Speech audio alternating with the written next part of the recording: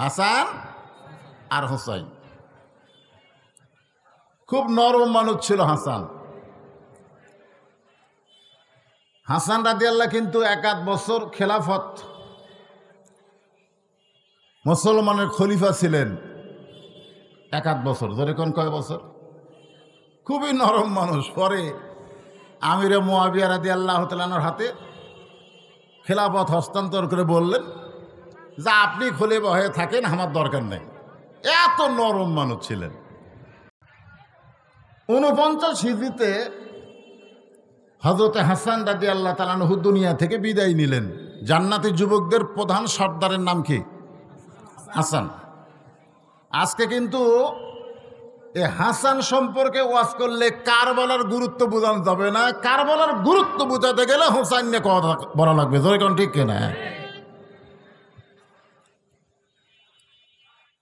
তো 49 হিজরিতে হাসান রাদিয়াল্লাহ বিদায় নিলেন।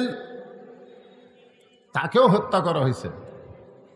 স্বাভাবিকভাবে তিনি কিন্তু দুনিয়া থেকে বিদায় হন নাই, তাকেও হত্যা করা হয়েছে, তবে পন্থা ছিল ভিন্ন। আর 61 হিজরি হাসান রাদিয়াল্লাহ দুনিয়া থেকে বিদায় নেওয়ার 49 থেকে 61 কত বছর? 12 বছর পর এই কারবালার প্রান্তরে যে ঘটনা ঘটে গেল সেইটাকে সামনে নিয়ে আজকের আলোচনা। আমি সূরা মুলকের 2টা আয়াত তেলাওয়াত করার পিছনে কারণ হলো, দুনিয়াতে আমাদের বাদশাহী করার কোনো সুযোগ নাই। বাদশাকে। আর আমাদের কি করা লাগবে? গোলামি না। এখানে আল্লাহ কোরআনে আমাদেরকে তৈরি করার আগেই ফেরেশতাদের সামনে একটা ওয়াজ করেছিলেন। যখন আমাদেরকে তৈরি করা হয়নি তখনই ওয়াজ করেছিলেন, ওয়াইজ ক্বালা রাব্বুকা লিল মালাইকাত ইন্নী জাইলুন ফিল আরদি খলিফা। আল্লাহু আকবার। গরম তো, একটু মনোযোগ দিয়ে শুনবেন। আমার এই কথার সাউন্ড, মাইকের সাউন্ড কি সবাই বুঝতে পারতেছেন? আমি তার ও আসিনা বক্তা না, আপনাকে চিনা পরিচয় বক্তা। একটু ধৈর্য নিয়ে। আপনি কি করবে চাচ্ছেন এখানে? কি করবে? চা খাই না, হ্যাঁ পানি খাই, তাও দরকার হলে আমি বলবো, আপনাকে ব্যস্ত হওয়া লাগবে না।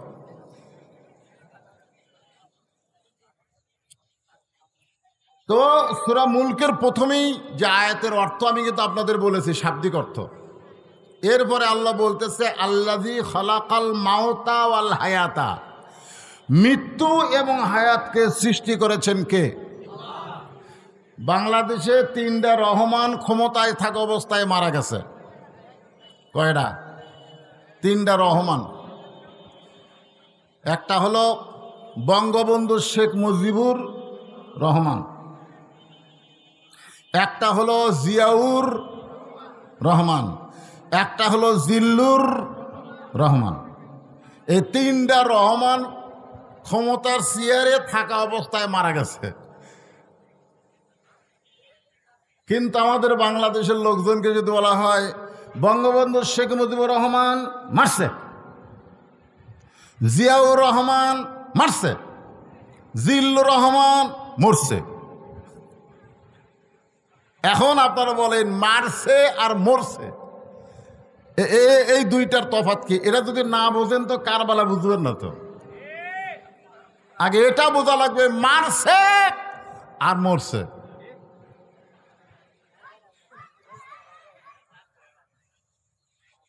হোসেন রাদিয়াল্লাহ মরছে না মারছে? অথচ আল্লাহ কোরআনে বললেন আল্লাযী খালাকাল মাউতা ওয়াল হায়াতা লিয়াবলুয়াকুম আইয়ুকুম আহসানু আমালান ওয়া হুয়াল আজিজুল গফুর।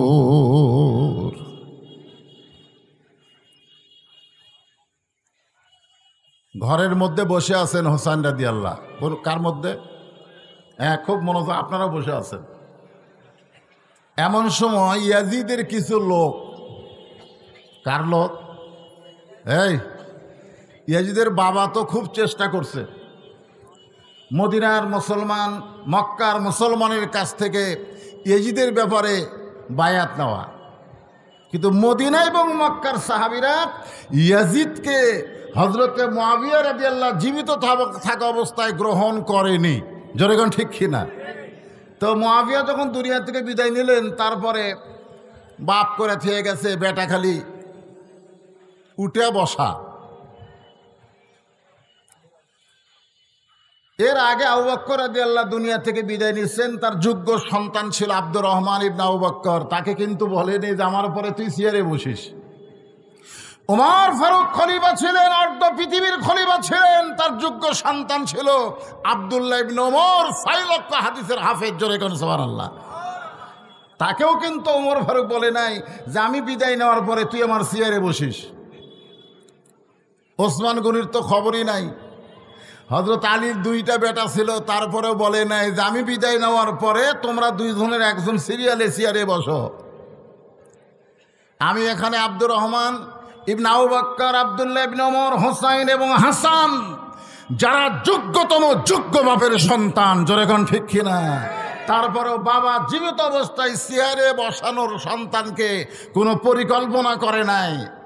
আর হযরতে মুআবিয়া দুনিয়াতে থাকা অবস্থায় তার সন্তানকে চেয়ারে বসার প্রস্তাব দিলেন যে আমি বিদায় নেওয়ার সাথে কোনো গন্ডগোল নাই, খফ করে বসবি। কিসের ভোট? কথাটা বুঝলেন না? ওরা মানা নিলেও মক্কা মদিনার মুসলমান কিন্তু মানে নাই। ইয়াজিদ খোঁজ নিয়ে দেখলো মক্কা মদিনার মধ্যে সবচাইতে আমার বিরুদ্ধে কে, এবং আমার বিরুদ্ধে গেলে জনগণ তার পিছনে থাকবে, সেই লোকটাকে। হয়তো আবু বকরের বেটা, উমরের বেটা, না আলীর বেটা? ইয়াজিদ কিন্তু খুব খেয়াল করলো। তখন হয়তো আবু বকর রাদিয়াল্লাহর বেটাও বাঁচে আছে, উমর ফারুক রাদিয়াল্লাহর ছেলেও আব্দুল্লাহ ইবনে ওমর আছে, এবং হযরত আলীর সন্তান হাসান হোসাইন আছে। খুব খেয়াল করবেন এই কে। তো তথ্য তখন তার এরকম ডিজিটাল ছিল না, মোটামুটি অ্যানালগ ছিল। তারা জানতে পারলো এই মুহূর্তে মক্কা মদিনা সহ পৃথিবীর মুসলমান যত দেশ আছে সমস্ত দেশের লোকেরা হুসাইনকে এক বাক্যে মেনে নিবে, এর ভিতরে কেউ না বলবে না। এটা তদন্ত। তখন তিনি কিছু লোক পাঠালেন হোসেন রাদিয়াল্লাহর কাছে। তিনি ঘরের মধ্যে বসে আছিলেন। আল্লাহ রাসূল দুনিয়া থেকে বিদায় নেওয়ার অনেক বছর পর কিন্তু কারবালা। কত বছর? রাসূল যখন দুনিয়া থেকে বিদায় নিয়েছে তখন ছিল হিজরি কত সন? 11 সন। ধরে কোন কয় সন? আর কারবালার ঘটনা হয়েছে 61। তাহলে কত বছর? 50 বছর। ধরে বলেন কত বছর? আল্লাহ নবী যখন দুনিয়া থেকে বিদায় নিয়েছেন তখন হোসেনের বয়স কত ছিল আপনারা জানেন? এই রাসূল যখন দুনিয়া থেকে বিদায় নিছে তখন হোসেনের বয়স কত ছিল? ধরেন 6 থেকে 7 বছর। আচ্ছা 6 বছর ধরেন। আর কারবালার ঘটনা যখন ঘটছে আরো 50 যোগ দেন, তাহলে কত বয়স? 56, 55, 56 বছর বয়স। মোটামুটি বয়স হয়েছে। তোর কোন ঠিক কিনা? তো বসে আছেন, এমন সময় ইয়াজিদের লোকেরা এসে তার কাছে প্রস্তাব দিচ্ছেন। প্রস্তাব যে আপনার মতন ভাগ্যবান মানুষ এই পৃথিবীতে কেউ নাই। কাকে বলতেছে? হোসেনকে ইয়াজিদের লোকেরা বলতেছে আপনার মতন ভাগ্যবান মহামানব এই পৃথিবীতে কেউ নাই, কারণ আপনার নানা হলো একজন বিশ্ব নবী। জোরে বলেন কি নবী? আপনার নানার মতন নবী, বাবা আদম থেকে ঈসা আলাইহিস সালাম পর্যন্ত কোন নবী আপনার নানার মতন না। আপনার নানা হলেন বিশ্ব নবী, আপনার বাবা হলো বিশ্ব আলেম, এমন একজন বাবা আপনার, যেই বাবা সম্পর্কে রাসূল বলেছেন আনা মাদিনাতুল ইলমি ওয়া আলী বাবুহা, আমি হচ্ছে ইলমের শহর, আলী হচ্ছে তার দরওয়াজা। এমন একজন যোগ্য বাপের আপনি সন্তান, যা আপনার বাবা হলো বিশ্ব আলেম। তৃতীয় প্রস্তাব দিয়ে বলতেছেন এমন একজন মায়ের সন্তান আপনি, যেই মা সম্পর্কে রাসূল বলেছেন সাইয়্যিদাতুন নিসায়ে আহলিল জান্নাহ, সাইয়্যিদাতুন নিসায়ে আহলিল জান্নাহ ফাতেমাতুজ যোহরা। জোরে গান সুবহানাল্লাহ। জান্নাতি নারীদের সর্দারিনী যিনি হবেন, তিনি হচ্ছেন আপনার মা। এত একটা মর্যাদা সম্পন্ন ঘর থেকে আপনি দুনিয়াতে এসে খামাখা গন্ডগোল করবেন কেন? খামাখা, এর নাম কি? খামাখা। বক্তারা ওয়াজ করবে, নামাজের ওয়াজ, জিকিরের ওয়াজ, রোজার ওয়াজ, কিন্তু খামাখা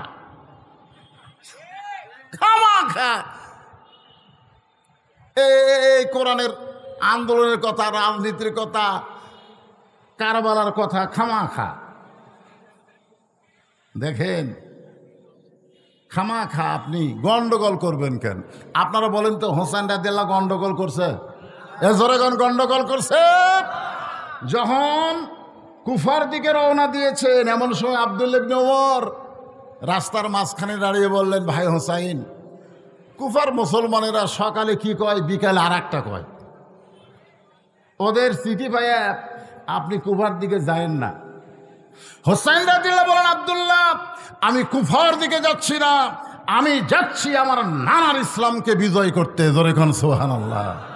আমি কুফার দিকে যাচ্ছি না, আমি যাচ্ছি আমার নানার ইসলামকে বিজয় করতে। কারণ এই মুহূর্তে নানার ইসলাম সবচাইতে বড় বিপদে আছে। কারবালা মানে কোনো একটা জায়গার নাম না, কারবালা শব্দের অর্থ হলো বিপদ অতি নিকট। এটা মূল শব্দ হচ্ছে কারিবুল বালা। কারিবুল বালা, বালা মানে বিপদ, কারিব মানে নিকট। বিপদ অতি নিকটে। বর্তমানে বাংলাদেশে যারা হোসাইনি আন্দোলন করতে চায়, তাদের বিপদ অতি নিকটে। জোরে কোন কথা ঠিক কিনা? এখন বুঝে শোনা চিন্তা সিদ্ধান্ত নেন, খালি শুনে যাবেন না গ্রহণ করবেন? যুবকেরা বলতেছে না কেন? সবসময় ফেসবুক নিয়ে আছে, মোবাইল নিয়ে আছে, এরা কি গ্রহণ করবে? এখন আমাদের বর্তমান বাংলাদেশের যুবকদেরকে ভালো করার জন্য স্বয়ং জিবরাইলও যদি ওয়াজ করে, আর আমি তো একটা টুটা ফাটা মানুষ, স্বয়ং জিবরাইল যদি বক্তায় ওয়াজ করে, তারপরও আমাদের বাংলার যুবকেরা ওয়াজ শোনা ভালো হবে না। কারণ এদের হাতে এমন একটা যন্ত্র আছে, এদেরকে ওয়াজ দিয়া ভালো করা সম্ভব না। এই যুবকদেরকে ভালো করতে গেলে বাংলার জমিনে হোসাইনি আন্দোলন চালু করতে হবে। ধরে কোন কথা ঠিক কিনা? হোসাইনি আন্দোলন নিজস্ব কোনো আন্দোলন না। আমার নানার ইসলাম বড় বিপদে পড়ে গেছে। আমার নানার ইসলামকে আজকে মাটির তলে দাফন করতে যে এজিদ চাই, সেই এজিদের সঙ্গে আমার কোনো আপোষ নাই। আমি সেই এজিদকে, এই আমার নানার ইসলামকে শিক্ষা দেওয়ার জন্য মদিনা থেকে রওনা দিয়েছি। আমি কুফার দিকে যাচ্ছি না। আব্দুল্লাহ ইবনে ওমর বলেন, হোসাইন, আপনি যদি কুফার দিকে যান, যদি মদিনায় না থাকেন, যদি আপনার উপরে বিপদ আসে, জোরে কোন কি আসে?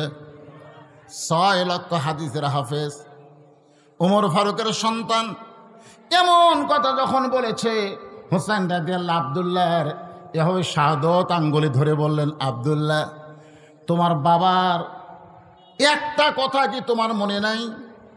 তোমার বাবার কি একটা কথা তোমার মনে নাই? আব্দুল্লাহ বলে, কোন সে কথা? হোসেন বলে, জুমার দিনে যখন তোমার বাবা খুতবা দিচ্ছিল, আমি ছোট্ট হোসাইন তোমার বাবার সামনে বসে খুতবা শুনতেছিলাম। আব্দুল্লাহ রে, এমন সময় একজন সাহাবী দাঁড়িয়ে বলতেছি, আমির আল মুমিনিন, আপনার খুতবা আমরা শুনবো না। ওমর ফারুক সঙ্গে সঙ্গে খুতবা বন্ধ করে দিলেন। অর্ধ পৃথিবীর খলিফা হওয়ার কারণে খুতবা বন্ধ করলেন। কিন্তু বাংলাদেশের মতন প্রধানমন্ত্রী যদি হয় আর ভাষণ শুরু করলে কেউ যদি বলে আপনার ভাষণ শুনবো না, ভাষণ বন্ধ করার আগেই ওকে জেলের মধ্যে ঢুকান লাগবে। ধরে কোন কথা রেখে না, খলিফা কারে বলে আর ইয়াজিদের শাসন কারে কয়, এইটা কারে বলার শিক্ষা থেকে আমাদের গ্রহণ করার দরকার আছে না নাই? অর্ধ পৃথিবীর খলিফা খুতবা বন্ধ করে দিয়ে বললেন, বাবা আমার খুতবা শোনাতে অসুবিধা কি? বলে অসুবিধা হলো আমাদেরকে খাটো পাঞ্জাবি দিয়ে আপনি লম্বা জুব্বা পরছেন, আমাদেরকে খাটো পাঞ্জাবি দিয়ে আপনি লম্বা জুব্বা পরবেন। কোথায় পাইলেন লম্বা জুব্বা? না বলা পর্যন্ত খুতবা শুনবো না। তোমার মনে আছে আব্দুল্লাহ, তুমি তখন তোমার বাবার উকিল হয়ে বললে আমার বাবার লম্বা জুব্বার কাহিনী, বাবার কাপড় আমার কাপড় একত্র করে বাবা সারা রাত ধরে জুব্বা বানায়া সেই জুব্বা পরে তোমাদের সামনে খুতবা দেয়। এখন বলো খুতবা শোনা যায় কিনা?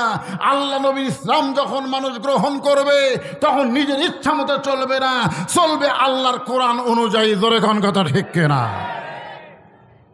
এখন হযরতে মুআবিয়ার বেটা ইয়াজিদ যেভাবে রাষ্ট্র পরিচালনা করবে সেটা কি আমার নানার ইসলাম? সেটা কি তোমার বাবার খেলাফত? আব্দুল্লাহ বলে না। তাহলে ঘরে বসে থাকা লাভ কি?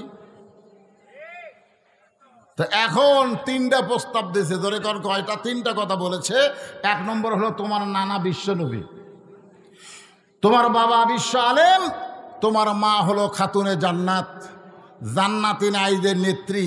এমন একটা ঘরে জন্ম নিয়ে খামাখা, মনে আছে নাকি,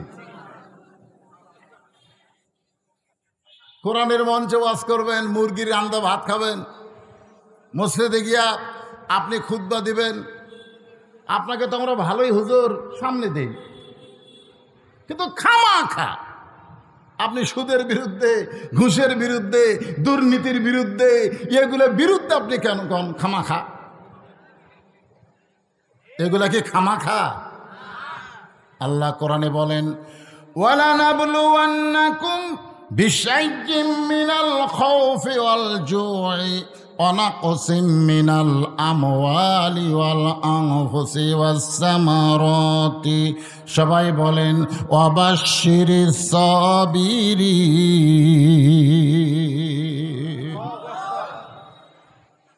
সঙ্গে সঙ্গে হোসেন রাদিয়াল্লাহু দাঁড়িয়ে গেলেন, দাঁড়িয়ে গিয়ে বললেন, রে ইয়াজিদের সামসেরা। সুবহানাল্লাহ কবেন না? কি বলতেছে? এ ইয়াজিদের সামসেরা, তোমরা যদি আল্লাহর বান্দা হতে, কথাটা খেয়াল করবেন, মনোযোগ দিয়ে শুনবেন এবং গ্রহণ করার নিয়ত করবেন। জান্নাতি যুবকদের সর্দার হোসেন বলতেছে, রে ইয়াজিদের সামসেরা। ইয়াজিদের কি? আরো জোরে, জোরসে বলুন। আমাদের বাংলাদেশের মানুষ আল্লাহর বান্দা না হয়ে যখন কোনো মানুষের সামসা হবে, এবার আশরাফুল আলম যে ফেরেস্তার হাতে পিটন খাতে। ধরে কোন কথা ঠিক কিনা? আশরাফুল মখলুকাত বোঝেন? আমাদের বগুড়ার হিরো আলম। আর চিটাঙ্গের এক মেয়র বলছে,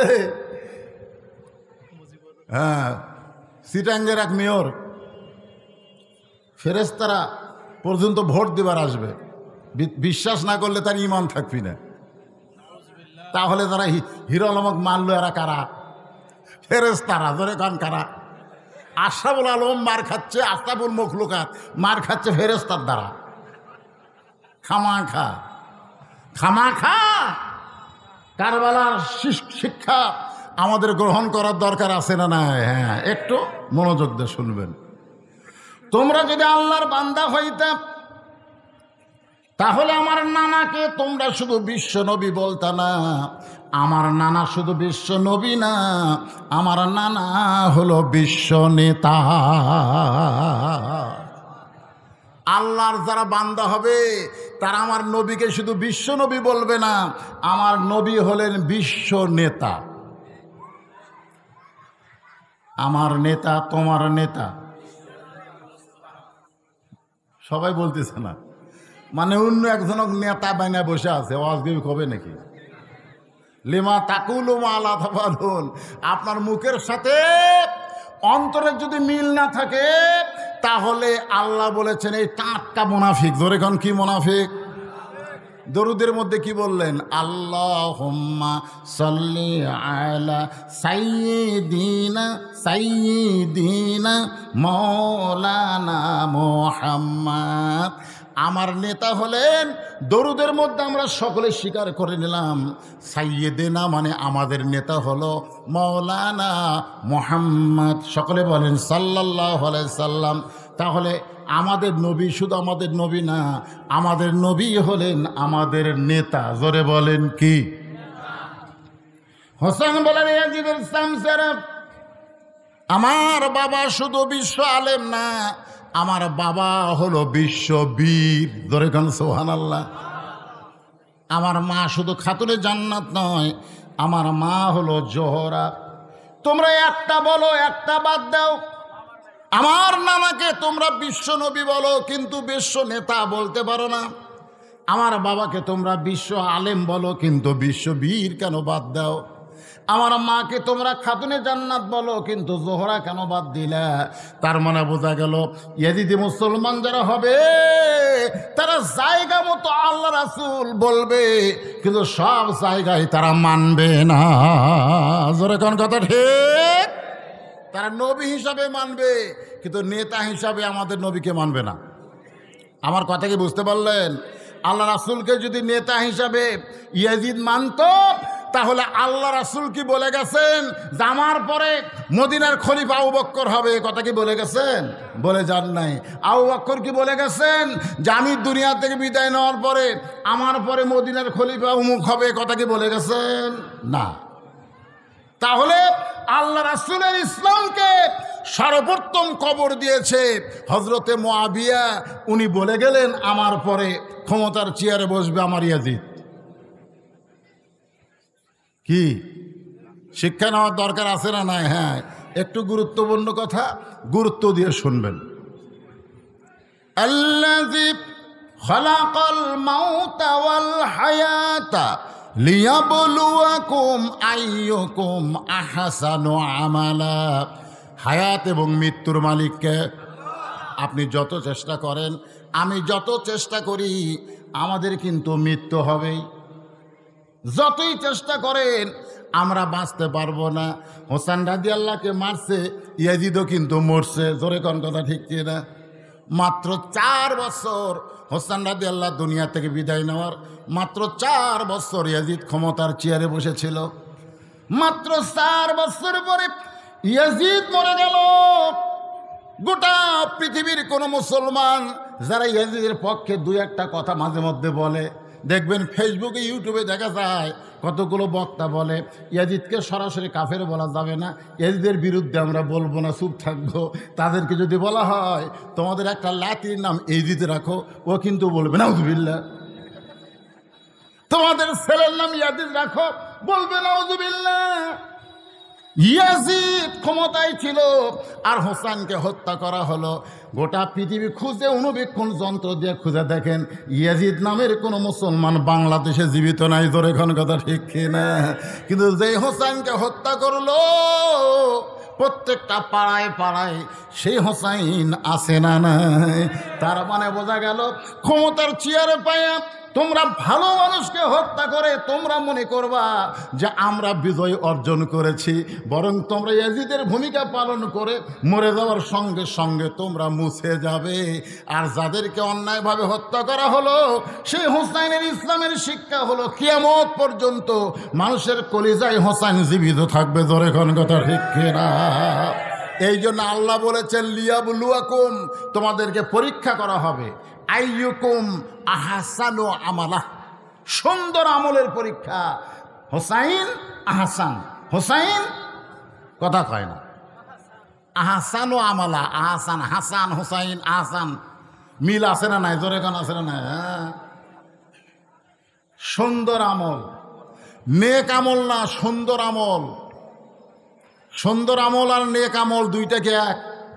জোরে কান দুইটাকে এক? নেক আমল হচ্ছে লব্বাইক আল্লাহুম্মা লব্বাইক, লব্বাইক লা শারীকা লাকা লব্বাইক ইন্নাল হামদা ওয়ান নি'মাতা লাকা ওয়াল মুলক লা শারিকা লাক। নেক আমল, অনেক সওয়াব, কিন্তু সুন্দর আমল হলো লাকা ওয়াল মুলক লা শারিকা লাক। তলবিয়া যখন তেলাওয়াত করেছি, তলবিয়া যখন উচ্চারণ করেছি, সে আল্লাহকে সাক্ষী রেখে কাবাকে সামনে নিয়ে বলতেছি, এই পৃথিবীর রাজত্ব চলবে আল্লাহর, রাজনীতি চলবে আল্লাহর, আমরা গোলাম হয়ে স্বীকার করে দিলাম লাকা ওয়াল মুলক লা শারিকা লাক। জোরে কোন কথা ঠিক কিনা? এইটা হলো সুন্দর আমল।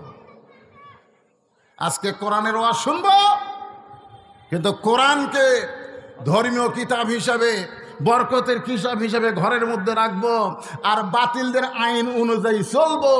এইটা হয়তো নামাজ আপনার নেক আমল হতে পারে, রোজা আপনার নেক আমল হতে পারে, কিন্তু আল্লাহর কোরআন অনুসারে না চলা পর্যন্ত কোনোদিন আমল সুন্দর হবে না। জোরে কর কথা ঠিক না? নেক আমলের লোকেরা হয়তো শুরুতে নেক আমল করবে। ইয়াজিদের জীবনী পড়ে দেখেন, যখন তাকে খেলাফতের মসনদে বসানো হয়নি তখন সে নামাজ পড়ছে, রোজা করছে, অনেক কিছুই করছে, কিন্তু যখন খলিফার আসনে বসলো, বসার সাথে সাথে মতাড়ু হয়ে গেল, নামাজ বাদ দিল। 3 জন সাহাবীকে তিনি মদিনা থেকে দাওয়াত করেছিলেন, আব্দুল্লাহ ইবনে ওমর, তারপর আপনার জুবাইর ইবনে আওয়ামের ছেলে আব্দুল্লাহ ইবনে জুবাইর, আর আব্দুল্লাহ ইবনে আব্বাস। 3 জন জলিল কদর সাহাবী ইয়াজিদের দাওয়াত পেয়ে গেছিল আপনার শাম সিরিয়ায়, যেখানে ইয়াজিদ ক্ষমতায় চেয়ারে বসে আছে। 10 দিন তারা ছিলেন। 10 দিনের মধ্যে ইয়াজিদকে এক ওয়াক্ত নামাজ পড়তে দেখেনি। কয়দিন? কথা কয় না কয়? মুসলিম মিল্লাতের যিনি খলিফা হয়েছেন নামাজে নাই। আসলে খলিফা হলে খালি নামাজ পড়লে হবে না, নামাজ পড়ান লাগবে। জোরে কারণ কি করা লাগবে? আবু বকর রাদিয়াল্লাহু কি নামাজ পড়িছে না পড়াইছে? ওমর ফারুক নামাজ পড়িছে না পড়াইছে? ওসমান গনি পড়িছে না পড়াইছে? হযরত আলী পড়িছে না পড়াইছে? আর 10 দিন হলে 3 জন সাহাবীরা বসে আছে, অথচ নামাজই পড়ে না। 10 দিন পরে ইয়াজিদ হাজির হলো 3 জনের কাছে। এসে 3 জনকে সেই সময়ের 3 লক্ষ রূপ্য মুদ্রা দেয়া দিল হাদিয়া। হুজুরকে হাদিয়া দিলে তো হুজুর খুশি। 3 লক্ষ রূপের টাকা দিয়া বলল, ভাই আমার পায়ে এত বেদনা, পায়ে আমার এত বেদনা, আমি ঘর থেকে বের হওয়ারই পারিনি। এদিনে 10 দিন পর তোমাদের সঙ্গে আমার দেখা হলো। তারা 3 জন সাহাবী ওখান থেকে ফিরে এসে, সিরিয়া থেকে, শাম থেকে ফিরে এসে, যেখানে মুআবিয়া রাদিয়াল্লাহু তাআলা ছিল তার ছেলে, সেখান থেকে ফিরে এসে মদিনায় আন্দোলন করলেন। এমন শৈল শাসককে মুসলমান কোনোদিন মেনে নিতে পারে না। জোরে কোন কথা ঠিক কি না? এর নাম হলো আহসানু আমালা। অন্যায়ের প্রতিবাদ করার নাম হলো সুন্দর আমল। একটু মনোযোগ দিয়ে শুনবেন। হুসাইন রাদিয়াল্লাহু তাআলা কারবালার প্রান্তরে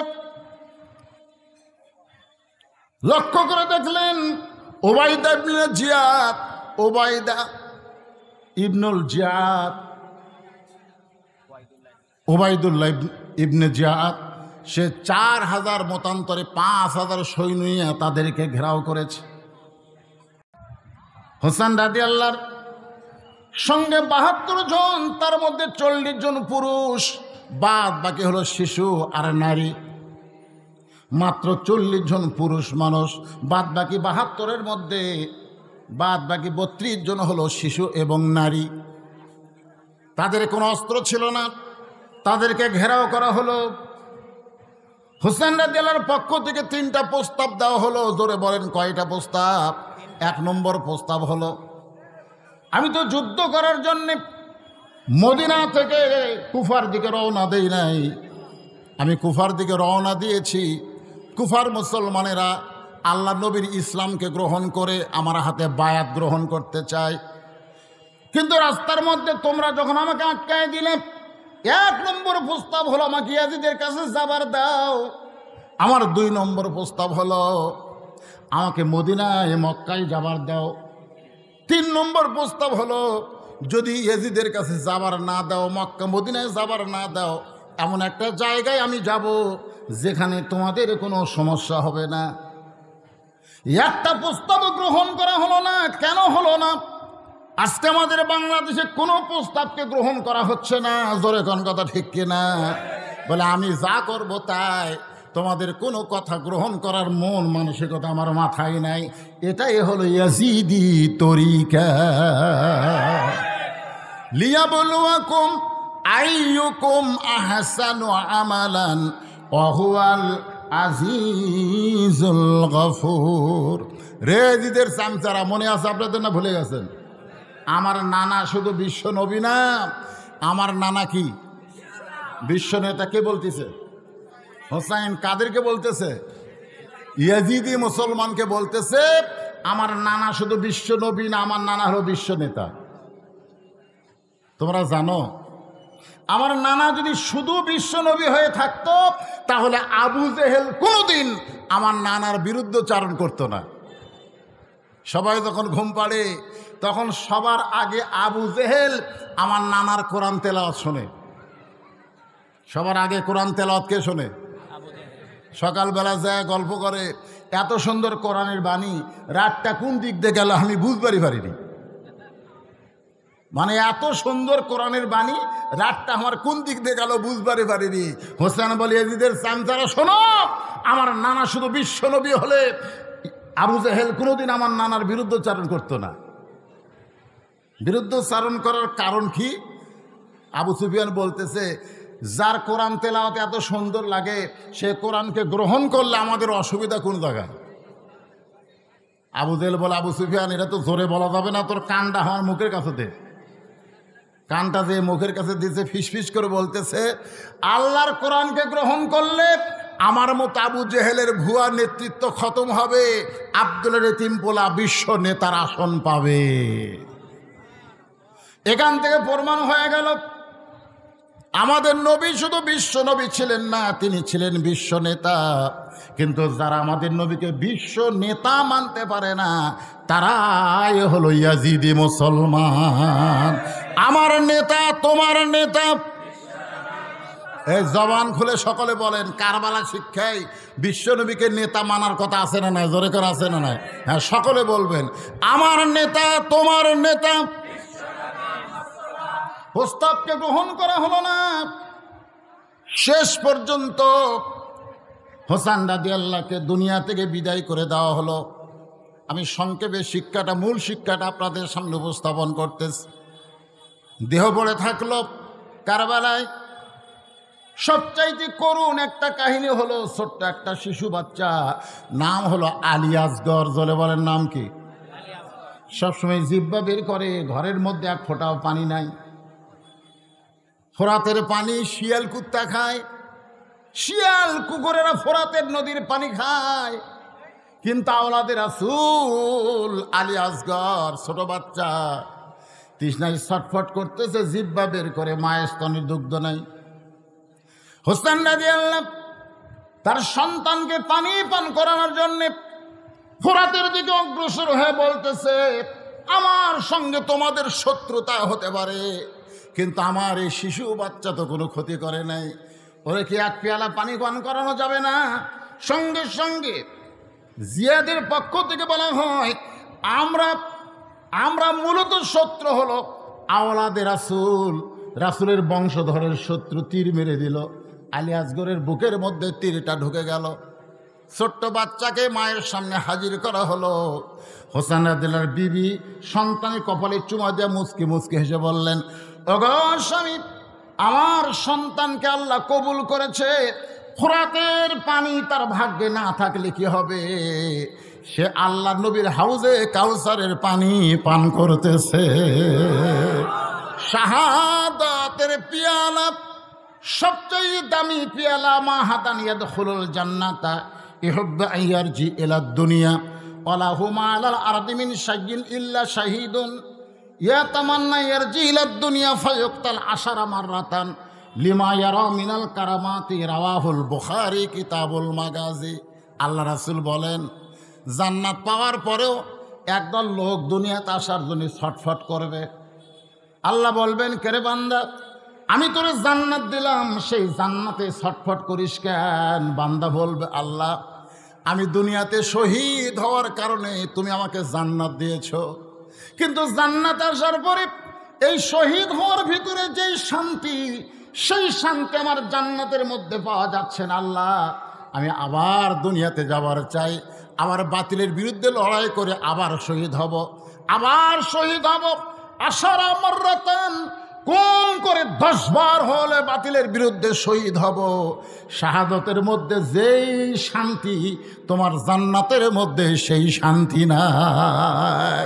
তার মানে বাতিলের বিরুদ্ধে লড়াই করে মুসলমান যখন জীবন দেবে, সেই জীবন সাধারণ জীবন না। আল্লাহ কোরআন কারীমের মধ্যে বলেছেন, ওয়ালা তাকুলু লিমান ইউকতালু ফি সাবিলিল্লাহি আমওয়াতুন বাল আহইয়াউ ওয়ালাকিন লা তাশউরুন। আমার নানার বিরুদ্ধে লাগলো, নানাকে বিশ্ব নেতা মানবে না বলে নানাকে হত্যা করার চূড়ান্ত সিদ্ধান্ত গ্রহণ করলো। আমার নানা মক্কা থেকে মদিনায় হিজরত করলো। আমার নানা যদি শুধু নবী হইতো, তাহলে আবু জেহেল কোনোদিন আমার নানার বিরুদ্ধে কথা বলতো না। কিন্তু আমার নানা শুধু বিশ্ব নবী না, আমার নানা হলো বিশ্ব নেতা। সুবহানাল্লাহ না কেন? আমার বাবা শুধু বিশ্ব আলেম না, আমার বাবা হলো বিশ্ববীর। তুমি কি বলো, এ জিদের সামসারা কি কও? আমার বাবা কি খালি বিশ্ব আলেম? আজকে বাংলাদেশের যেনারা বড় আলেম হবেন, তাদেরকে আল্লামা সাইদির মতন বীর হওয়া লাগবে। ধরে কোন কথা হিককে কথা কন লাগে, তুমি বিশাল শাইক, সাইকেলহীন। হ্যাঁ, তোমার এত এলেম, আলীর চাইতেও তুমি বড় আলেম নাকি? এই আলীর চাইতেও বড় আলেম? যে আলী সম্পর্কে রাসূল বলেছেন, আনা মাদিনাতুল ইলম ওয়া আলিউ বাবুহা, আমি হচ্ছে এলেমের শহর, আলী হচ্ছে তার দরওয়াজা। তাহলে এজিদের চামচেরা, আমার বাবা শুধু বিশ্ব আলেম না, আমার বাবা হলো বিশ্ববীর। বাতিলের বিরুদ্ধে লড়াই করতে গিয়ে হযরত আলী কেমন ছিলেন? কে এরা কারবালার থেকে শিক্ষা নিবে, এটা জানার দরকার আছে না? না, কেমন ছিলেন? রাসূলকে হত্যা করার জন্যে মক্কার সবচাইতে বড় বীর নাম হলো আমর। আমার ওয়াজের ক্যাসেটে পাবেন। কাবা ঘর সে শপথ করে বলতেছে, আল্লাহ রাসূলের মাথা দেহ থেকে আলাদা না করা পর্যন্ত আমি দুনিয়ার কোনো পানি পান করব না। নবী তখন সাহাবীদের সামনে আলোচনা করতেছেন, নবীর চোখ দিয়ে দর দর করে পানি পড়ে। সাহাবীরা বলে, ইয়া রাসূলুল্লাহ, এত সুন্দর আলোচনা করেন, চোখে পানি কেন? আল্লাহ রাসূল বললেন, মক্কার সবচাইতে বড় বীর আমর দেহ থেকে মাথা বিচ্ছিন্ন করে তারপরে পানি পান করবে, এই ঘোষণা করেছে কাবা ঘরছে। আমার চোখ দিয়ে দর দর করে পানি পড়তেছে। ওসমান গনি বললেন, হুজুর, আমরা আল্লাহর কাছে দোয়া করি, ওই আমর আপনার কাছে আসার আগে আল্লাহ যেন হাত পা অবশ করে দেয়। কারণ আমরা তো দোয়ার হাতিয়ার। ধরে কোন কিসের হাতিয়ার? আজকে দোয়া দিয়ে আমরা সব কাজ করবার চাই। আল্লাহ, জেলখানায় যারা বন্দি আছে, আল্লাহ এই বন্দি ময়না পাখিগুলো কাউয়ার অত্যাচারে, জোরে কন কিসের অত্যাচারে? কাউয়া, জোরে কন কি?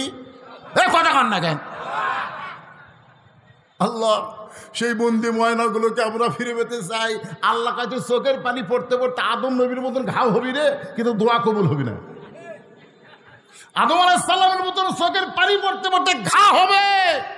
10ই মুহররম তারিখে আল্লাহ আদমের তওবা কবুল করেছে। জোরে কান সুবহানাল্লাহ। কি কি কারণে করছে? খালি কান্দে।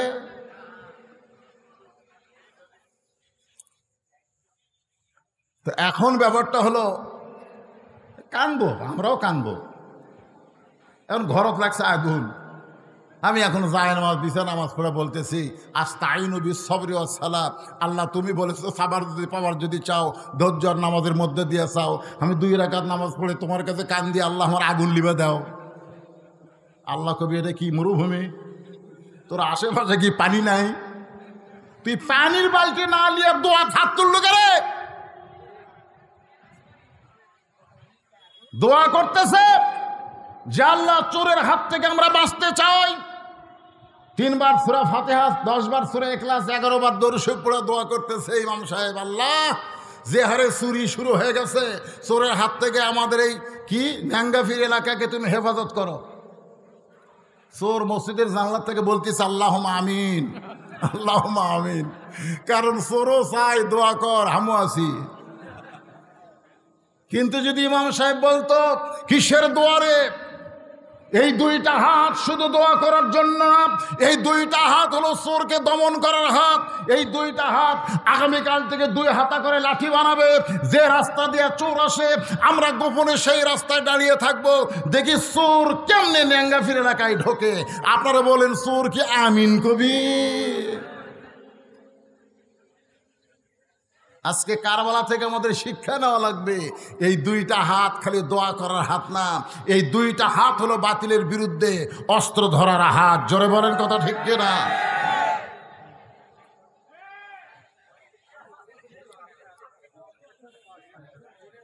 আল্লাহর বান্দার একটু মনোযোগ দিয়ে শোনেন। নবী যখন চোখের পানি বের করে দুইটা হাত ধরে দোয়া করবেন, ওসমান গনির মতন সাহাবী বলতেছেন, সব সাহাবী চুপ আছে। আর সুকুত আনি রেজা, চুপ থাকা হলো সম্মতির লক্ষণ। চুপ থাকা কি? সম্মতির লক্ষণ। তো এখন ওসমান গনির কথা মতো রাসূল হাত তুলতেছে।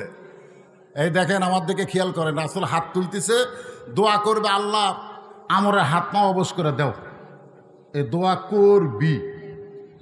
এমন সময় ফেরেশতা জিবরাইল এসে আল্লাহ নবীর সামনে কোরআন হাজির করে বললেন, ইয়া আইয়ুহান নাবিয়্যু হারজিল মুমিনিনা আলাল কিতাল।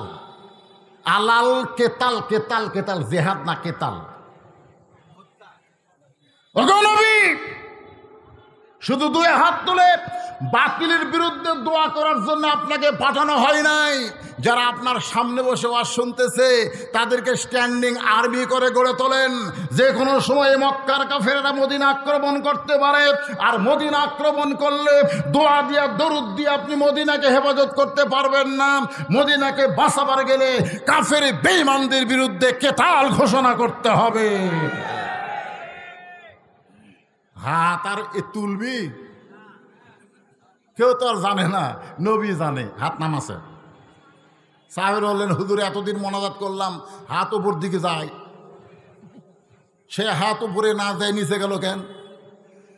আল্লাহ রাসূল বললেন, তোমাদের মধ্যে এমন কেউ আছো যে আমর আমাকে হত্যা করার জন্যে আল্লাহর কাবা ঘর সে রওনা করেছে শপথ করে? আমি নবীর কাছে আসার আগে সেই আমরের কাছে যাইতে পারবা, এমনকি কেউ তোমাদের মধ্যে আসো?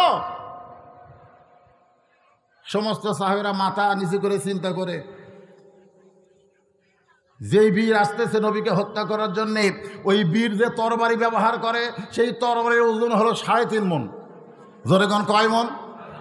ওই বীর আমর প্রতি সন্ধ্যায় 21 কেজি খাদ্য খায়। আর সেই বীরের সামনে আমরা টুটকা ফাটা ক্ষুধাকে 3 ভাগ করে খাওয়া সুন্নত। 1 ভাগ পানি, 1 ভাগ ফাঁকা, 1 ভাগ খাওয়া। আমরা সেই সুখটা মুসলমান অত বড় বীরের সামনে কেমনে দাঁড়াই? সমস্ত মুসলমান যখন চিন্তা করে, এমন সময় 11 বছর বয়সের কিশোর বাচ্চা পিছন থেকে আলী দাঁড়ায় বলতেছে, লব্বাইক ইয়া রাসূলুল্লাহ, ওই আমরের সামনে আমি আলী দাঁড়াবার চাই। কার বাপ? জোরে বলেন কার বাবা? আমার বাবা শুধু বিশ্ব আলেম না, আমার বাবা হলো বিশ্ববীর। আল্লাহ রাসূল কাছে ডাক দেয়া বলেন, আলী রে, তুমি কি জানো যে আমর আমাকে হত্যা করবে? আমাকে হত্যা না করলে পানি পান করবে না। সে আমরের খবর কি তুমি জানো? আলী বলতেছে, ইয়া রাসূলুল্লাহ, আমার ঈমান বলতেছে কোনো খবর আমার জানতে হবে না। আল্লাহর ঈমান আমার ভিতরে, আর রাসূলের প্রেম আমার করে যায়। শুধু আমল নয়, শুধু আমর নয়, পৃথিবীর তামাম বাতিলের সামনে আমি আলী দাঁড়াবার চাই। ইয়া রাসূলুল্লাহ, আমি আলীর ঈমান আমাকে শিক্ষা দিচ্ছে। কি শিক্ষা দিচ্ছে? আল্লাহর ঈমান আমার ভিতরে, সুবহানাল্লাহ কোন, আর রাসূলের মহব্বত আমার কলিজায়। আমি দুনিয়াতে জীবিত থাকা অবস্থায় আমার সামনে একটা আমর এসে আপনাকে হত্যা করবে, আর আমি চাইয়ে দেখবো। আজকে আল্লাহর কোরআন বাংলার জমিনে ভুলণ্ডিত হবে, নবীর আদর্শ বাংলার জমিনে চলবে না। এই দৃশ্য আমরা চাইয়ে দেখবো। এমন ন্যাংরা মুসলমান আমরা হতে চাই না। ধরে বলেন কত ঠিক না? ন্যাংরা হবে চাইছে দেখতেছে, দেখো আল্লাহ রাসূল বলে, আলী তুমি কি করবা? বলে, আমরের সামনে আমি দাঁড়াবার চাই। আল্লাহ নবী বললেন, ওসমান তোমার বাড়িতে কোনো তরবারি আছে? ওসমান গনি কয়, হুজুর আমি কি জঙ্গি নাকি? আমার বাড়িতে কোনো তরবারি নাই, তবে কুরবানির সময় উট দুম্বা জব করি, একটা ছুরি আছে। আল্লাহ রাসূল বলেন, ঠিক আছে, সেটাই নিয়ে আসো। ওসমান গনি এক দৌড়ে গিয়ে বাড়ি থেকে তরবারিটা নিয়ে আসলেন। মাত্র 27 ইঞ্চি। জোরে কোন কয় ইঞ্চি? আল্লাহ রাসূল 27 ইঞ্চি তরবারি আলীর হাতে দিয়ে বলেন, আলী যাও, তরবারির বিরুদ্ধে তরবারি ধরতে হবে। ওর 3.5 মজুরের তরবারি হতে পারে, তুমি 27 ইঞ্চি তরবারি নিয়ে তার সামনে দাঁড়িয়ে যাও। আসাদুল্লাহিল গালিব, হোসাইন বলতেছে, আসাদুল্লাহিল গালিব আমার বাবা শুধু বিশ্ব আলেম না, বিশ্ববীর। আজকে যারা বড় বড় আলেম হবে তাদেরকে বীর হওয়া লাগবে, বাতিলের সামনে আগে তাদেরকেই দাঁড়াতে হবে। জোরে বলেন কথা ঠিক কিনা? এক দৌড় মারতেছে, পিছন দিক থেকে আল্লাহ নবী ডাকতে বলে, আলী মাত্র 27 ইঞ্চি একটা তরবারি দিলাম, এই তরবারি পাইয়া তুমি দৌড় মারতেছো কেন? তুমি আসতে গেলেও তো এই রাস্তায় আমরকে পাবা, তবে দৌড় মারার কারণ কি? আলী বলতেছে, রাসূলুল্লাহ আপনি যখন আমাকে হুকুম দিলেন এই তরবারি নিয়ে আমরের সামনে দাঁড়াও, হুজুর আমার ঈমান এমনভাবে বৃদ্ধি পেয়েছে, ওই মহাবীর আমর কাফের শয়তান আপনার পবিত্র চেহারা দেখার আগে আমি আলী ওরে জাহান্নামে পাঠাবার চাই। সমস্ত সাহাবেরা কয়, কি কয় বেটা, 27 ইঞ্চি একটা চাকুলিয়া 3.5 ওজনের তরবারের সামনে দাঁড়াবে? ইমানের বলে বলিয়ান হয়ে বলতেছে, আপনার পবিত্র চেহারা দেখার আগে আমি ওকে জাহান্নামে পাঠাবার চাই। আল্লাহ রাসূল বললেন, তুমি একলা না, যাও। ইমান বলতেছে, আমি একলা? কথা কান একলা?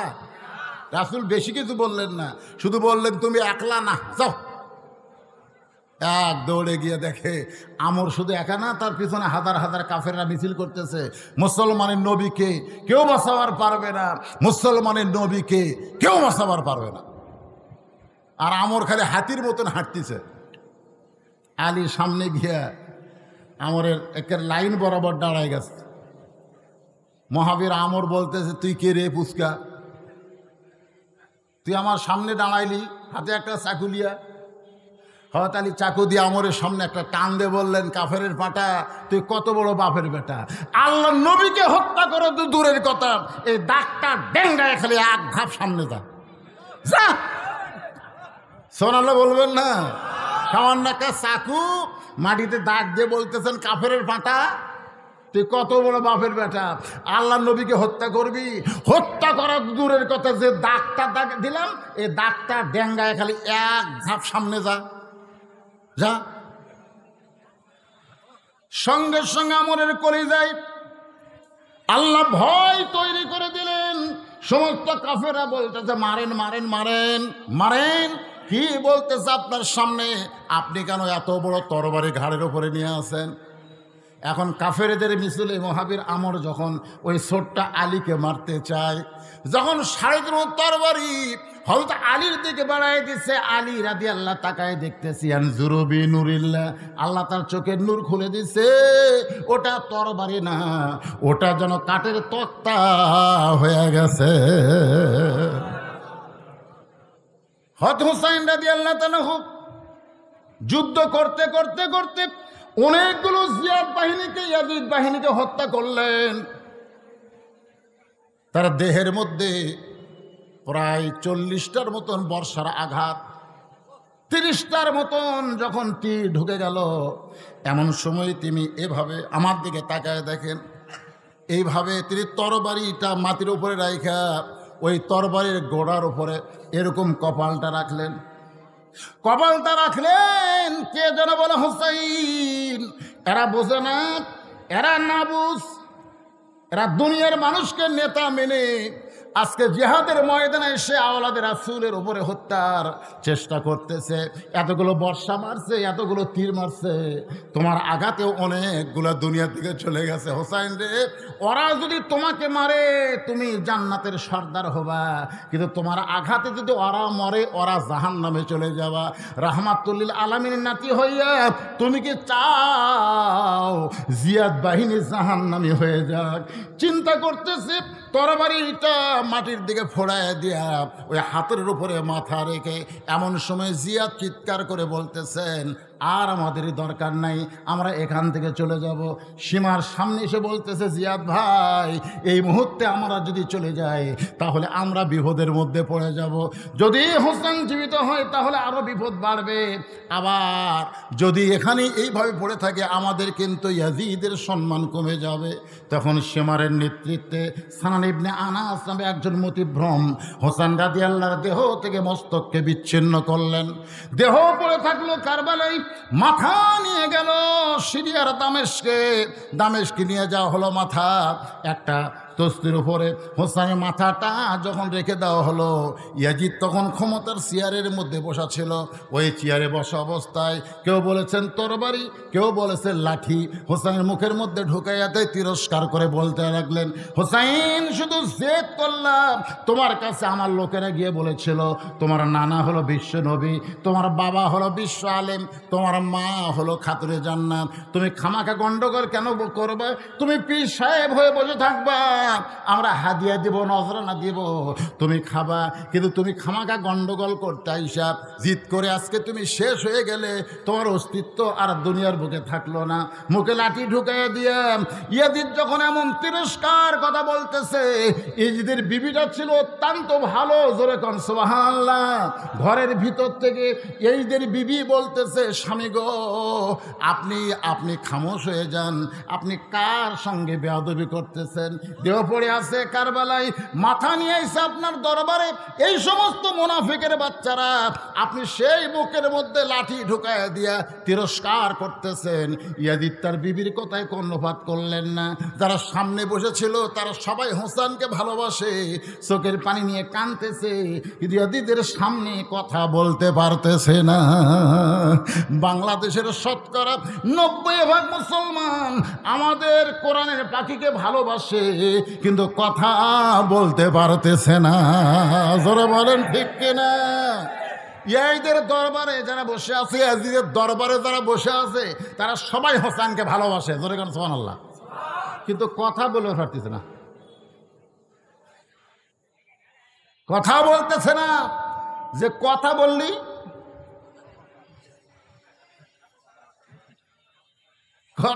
বিপদ, জোরে কোন ঠিক কিনা? আয় রে, মানে ইয়াজিদ বলতেছে তুমি শেষ হয়ে গেলে, জিদ করলে, আজকে তুমি কোথায় আমি কোথায়? তোমার দেহ পড়ে আছে কারবালায়, মাথা আছে আমার দরবারে, আর আমি ক্ষমতার চেয়ারে বসে আছে। ওই খালি জিদ করলে, আমার প্রস্তাব গ্রহণ করলে তুমি বড় পীর হতে। কমলা খাবা না সেফ খাবা না আঙ্গুর খাবা, দেশি মুরগি না বিদেশি খাবা, খাবার কোনো আছে? কিন্তু জেদ করলে, এখন জেলখানার মধ্যে কম্বলও নেই। বুদ্ধি শিক্ষা গ্রহণ করতেছেন তো, বুঝবার পারতেছেন?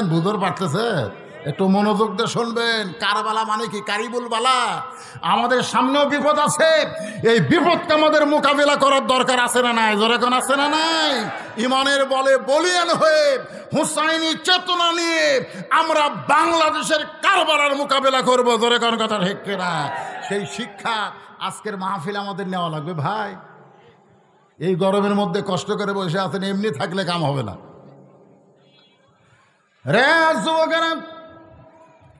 তোমাদের সর্দার হবে হোসাইন, তোমরা জান্নাতে যাওয়া সর্দার হোসাইন হবে। তোমরা মেসি নেইমারের পিছনে জীবন দিলা, হাসরের ময়দানে মেসি নেইমারকে আল্লাহ বলবে জাহান্নামে যা, জাহান্নামে যা। কারণ একমাত্র মুসলমান ছাড়া অন্য যারা ধর্ম গ্রহণ করছে তারা জান্নাতি না জাহান্নামী? কথা কোন, জান্নাতি না জাহান্নামী? আল্লাহ কোরআনে বলেছেন, ওমাইয়াবতাগি গায়রাল ইসলাম দীনান ফালা ইউকবালা মিনহু। রে মেসি নেইমার, তোরা খ্রিস্টান হওয়ার কারণে জাহান্নামে যা। মেসি নেইমার বলবে, আল্লাহ আমরা জাহান্নামে যাব, কিন্তু যারা আমাকে পতাকা বানালো, যারা আর্জেন্টিনার পতাকা বানালো, ব্রাজিলের পতাকা বানালো, আমাদের জার্সি যারা গায়ে দিল, তাদেরকে ছাড়া তো আমরা জাহান্নামে যাবার চাই না। মুসলমানের নবী বলেছেন, মান তাসাব্বা বিকওমিন ফাহুয়া মিনহুম, যে জাতকে মহব্বত করবে ওই জাতের সঙ্গে তারা হাসর নাসর হবে। মেসি নেইমারকে তারা ভালোবাসছে, ওই বাংলার যুবক ছাড়া আমরা জাহান্নামে যাব। আমরা মেসি নেইমারকে মানবেন না হোসাইনকে? হ্যাঁ যুবকেরা, কষ্ট হলো একটু মনোযোগ দাও, শোনো। জান্নাতি যুবকদের সর্দার হোসেনের মুখের মধ্যে লাঠি ঢুকায় দিয়া তিরস্কার করতেছে। শেষ হয়ে গেল, তোমার অস্তিত্ব বিলীন হয়ে গেল। আমি ইয়াজিদ ক্ষমতার চেয়ারে, কোন ইয়াজিদের সামনে বসা কেউ যখন লোকমা দেয় না। ছোট্ট একটা ঘটনা করে বলতেছি, এমন সময় লাঠিতে ভর দিয়ে একজন সাহাবী দাঁড়িয়ে গেছে, জোরে কান সুবহানাল্লাহ। যখন হোসেন রাদিয়াল্লাহু কারবালার প্রান্তরে শহীদ হয়, তখন আশারে মুবাশশারার 2 জন সাহাবী জীবিত ছিলেন। কয়জন? আশারে মুবাশশারা মানে এই দুনিয়াতেই 10 জন সাহাবীকে আল্লাহ জান্নাতের সার্টিফিকেট দিয়েছেন। হোসেন রাদিয়াল্লাহু যখন শহীদ হয়, তখন কয়জন সাহাবী ছিল? এই 10 জনের মধ্যে 2 জন ছিল। একটা হলো না, আনাস লয়, আশারে মুবাশশারা একজনের নাম হলো সাদ ইবনে আবি ওয়াক্কাস। একজনের নাম কি? সাদ ইবনে আবি ওয়াক্কাস। আর একটা হলো আবু সাইদ। আবু সাইদ, এই 2 জন আশারে মুবাশশারা ছিলেন, জীবিত ছিলেন। ইয়াজিদ কিন্তু চাইলো যে এই 2টাকে মোটামুটি যদি হাত করবার পারি। বহু চেষ্টা করছে, বহু শিক্ষা কারবালার মধ্যে আছে। আমি আপনাদের সব করে একদিনে বলতে পারবো না, যেগুলো বর্তমান প্রেক্ষাপটে দরকার আমি সেটা বলতেছি। তো লাঠিতে ভর দিয়ে একজন সাহাবী দাঁড়ায় গেছে। এদের আমার এক যুবক বলতেছে, তার নাম হলো আনাস ইবনে মালিক। নাম কি? আল্লাহ রাসূলের 10 বছর খেদমত করছেন একাধারে। কয় বছর? 10 বছর। কি ছিলেন, গোলাম না খাদেম? খাদেম, হ্যাঁ খাদেম বলা যাবে, খাদেম বলা যাবে, কিন্তু গোলাম বলা যাবে না। বাংলাদেশে কেউ যদি নাম রাখে গোলাম রাসূল, তাহলে নাম রাখা হারাম। গোলাম রব্বানি রাখা যাবে, গোলাম রাসূল রাখা যাবে না। রাসূলের কোনো গোলাম ছিল না, রাসূলের খাদেম ছিল। একাধারে কয় বছর? 10 বছর। লাঠির ভর দিয়ে দাঁড়ায় বলতেছে, ইয়াজিদ, ইয়াজিদ, তুমি কার সম্মানে বেয়াদবি করতেছ? তুমি কাকে নিয়ে আজে বাজে কথা বলতেছ? তুমি যার মুখের মধ্যে তরবারি দিয়া লাঠি ঢুকাইয়া তিরস্কার করতেছ, সেই হোসাইনকে তুমি চিনো না? সুবহানাল্লাহ। আজকে এই মাহফিলে যারা বসে আছি ভাইজান, কারবালা থেকে শিক্ষা নিতে গেলে হোসেনকে চেনার দরকার আছে না নাই? আনাস ইবনে মালিক ইয়াজিদকে লক্ষ্য করে বলতেছে, তুমি হোসেনকে চিনো না? যদি চিনতা তাহলে এত বড় বেয়াদবি তুমি করতে পারতা না। যদি চিনতা, যদি চিনবার পারতা, চিনার দরকার আছে না নাই? জোরে কোন আছে না নাই? আনাস বললেন, তাহলে শোনো, আল্লাহ নবী ঘরের মধ্যে নামাজের সেজদায়, নবী ঘরের মধ্যে নামাজের সেজদায়, আনাস রাদিয়াল্লাহু নবীর পাশে দাঁড়িয়ে আছে। এমন সময় কুত্তের হোসাইন দৌড়ে এসে ঘরের মধ্যে ঢুকে নবীর পিঠের উপরে চড়ে বসে বলতে, চল ঘোড়া চল, চল ঘোড়া চল। আল্লাহর নবী সেজদাত আছে। এমন সময় হোসেন পিঠের উপরে চড়ে যখন বলে, চল ঘোড়া চল, চল ঘোড়া চল, আনাসের বড় খারাপ লাগলো। নবীর সেজদায় ছোট্ট মানুষ বোঝে না, নবীর সঙ্গে বেয়াদবি করে এই মনে করে আনাস যখন হোসেনকে নবীর পিঠ থেকে নামাবার চায়, এমন সময় আল্লাহর নবী সেজদারত অবস্থায় বাম হাত দিয়ে ইশারা করলেন। আনাস আবার জায়গা মতো ফেরত আসলেন। নামাজ শেষ করার আগে হোসেন বললেন, যে ঘোড়া চলে না এই ঘোড়ার পিঠে আমি খামাকা বসে থাকবো না।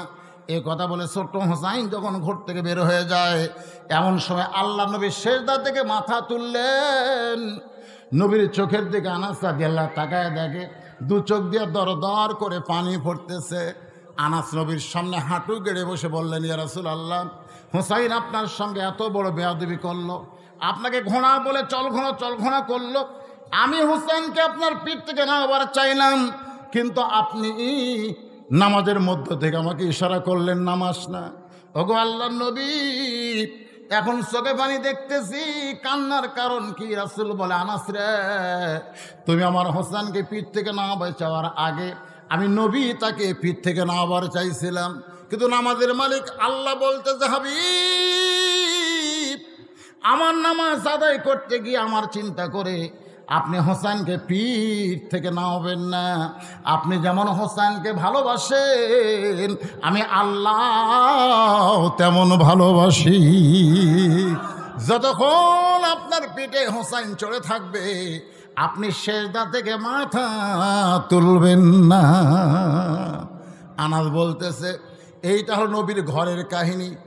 মসজিদে নবীর মধ্যে নবী নামাজের সেজদায় সুবহানাল্লাহ কন। কোত্থেকে হাসান হোসেন দুই ভাই এসে নবীর পিঠের উপরে চড়ছে। এতদিন চড়তো একজন, আজ চড়ছে কয়জন? নবী নামাজের সেজদায়। সাহেবরা চিন্তায় পড়ে গেল।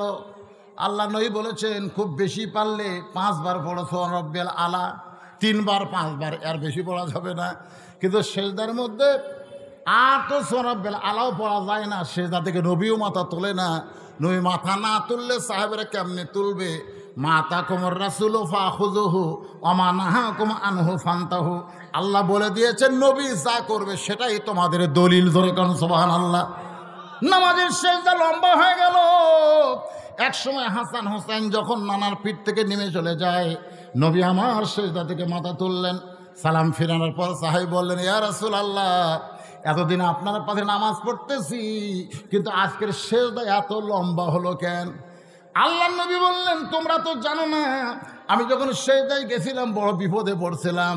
আমার হাসান হোসাইন আমার পিঠে চড়ে আমাকে ঘোড়া বানাইছিল। আমি পিঠ থেকে নামাবার চাইলাম, কিন্তু আল্লাহ বললেন আপনি যেমন ভালোবাসেন আমি আল্লাহ তেমন ভালোবাসি। আনাস ইবনে মালিক বলে, মুখের মধ্যে লাঠি ঢুকাও, হ্যাঁ?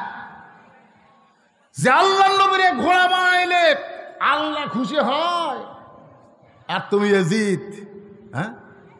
এই যার মুখের মধ্যে লাঠি ঢুকাইছ তারে তুমি চিনো? তুমি তারে চিনো? আজকে বাংলার মুসলমান হোসেনকে চিনার দরকার আছে না নাই? শিক্ষা নিতে হয় ভাইজান। তিনি কেন দুনিয়া থেকে চলে গেলেন তিনি বুঝাইয়া দিলেন, বাতিলের সঙ্গে মাথা নত করা যাবে না। কুল জাল হক ওয়া যাহাকাল বাতিল ইন্নাল বাতিলা কানা যাহুকা। বাতিলের সামনে মাথা নত করব? বাতিল সামনে আসলে ইমানের বলে বলিয়ান হয়ে হোসেনের মতো যারা আল্লাহ নবীর ইসলামকে বিজয় করার জন্য আন্দোলন করবেন, কারা কারা হোসেনে মুসলমান? 2 হাত তুলে আমার আল্লাহকে দেখান। লিল্লাহি তাকবীর। আল্লাহ আল্লাহ। দেখেন, মুহররম মাসে কারবালার শিক্ষা স্বরূপ আলোচনা করতেছি। তোমার বান্দারা 2 হাত তুলে বাতিলের বিরুদ্ধে আপোষ করবে না, হাত নামান। এখন আপনাদের কাছে আমার প্রশ্ন হলো, সবাই অন্তর থেকে উত্তরটা দিবেন, আপনাদের কাছে জীবনের দাম বেশি না ইমানের দাম বেশি? এই মুরব্বীরা, জীবনের দাম বেশি না ইমানের দাম বেশি?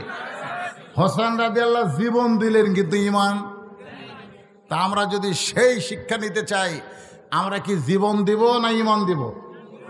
দরকার হলে, প্রয়োজন হলে আমরা জীবন দিব। আল্লাহ বলেছেন মরবি না। আমার রাস্তায় যাদেরকে হত্যা করা হয়, আল্লাহ কি বলেছেন? ওয়ালা তাকুলু লিমা ইউকতালু ফি সাবিলিল্লাহি আমওয়াতুন বাল আহইয়া। সুবহানাল্লাহ বলেন, আমার রাস্তায় যাদেরকে হত্যা করা হয় তোমরা তাদেরকে মৃত্যু বলো না, আমি আল্লাহ বলতেছি তারা জীবিত। আল্লাহ বলতেছে কি? তারা জীবিত। একটু খেয়াল করবেন।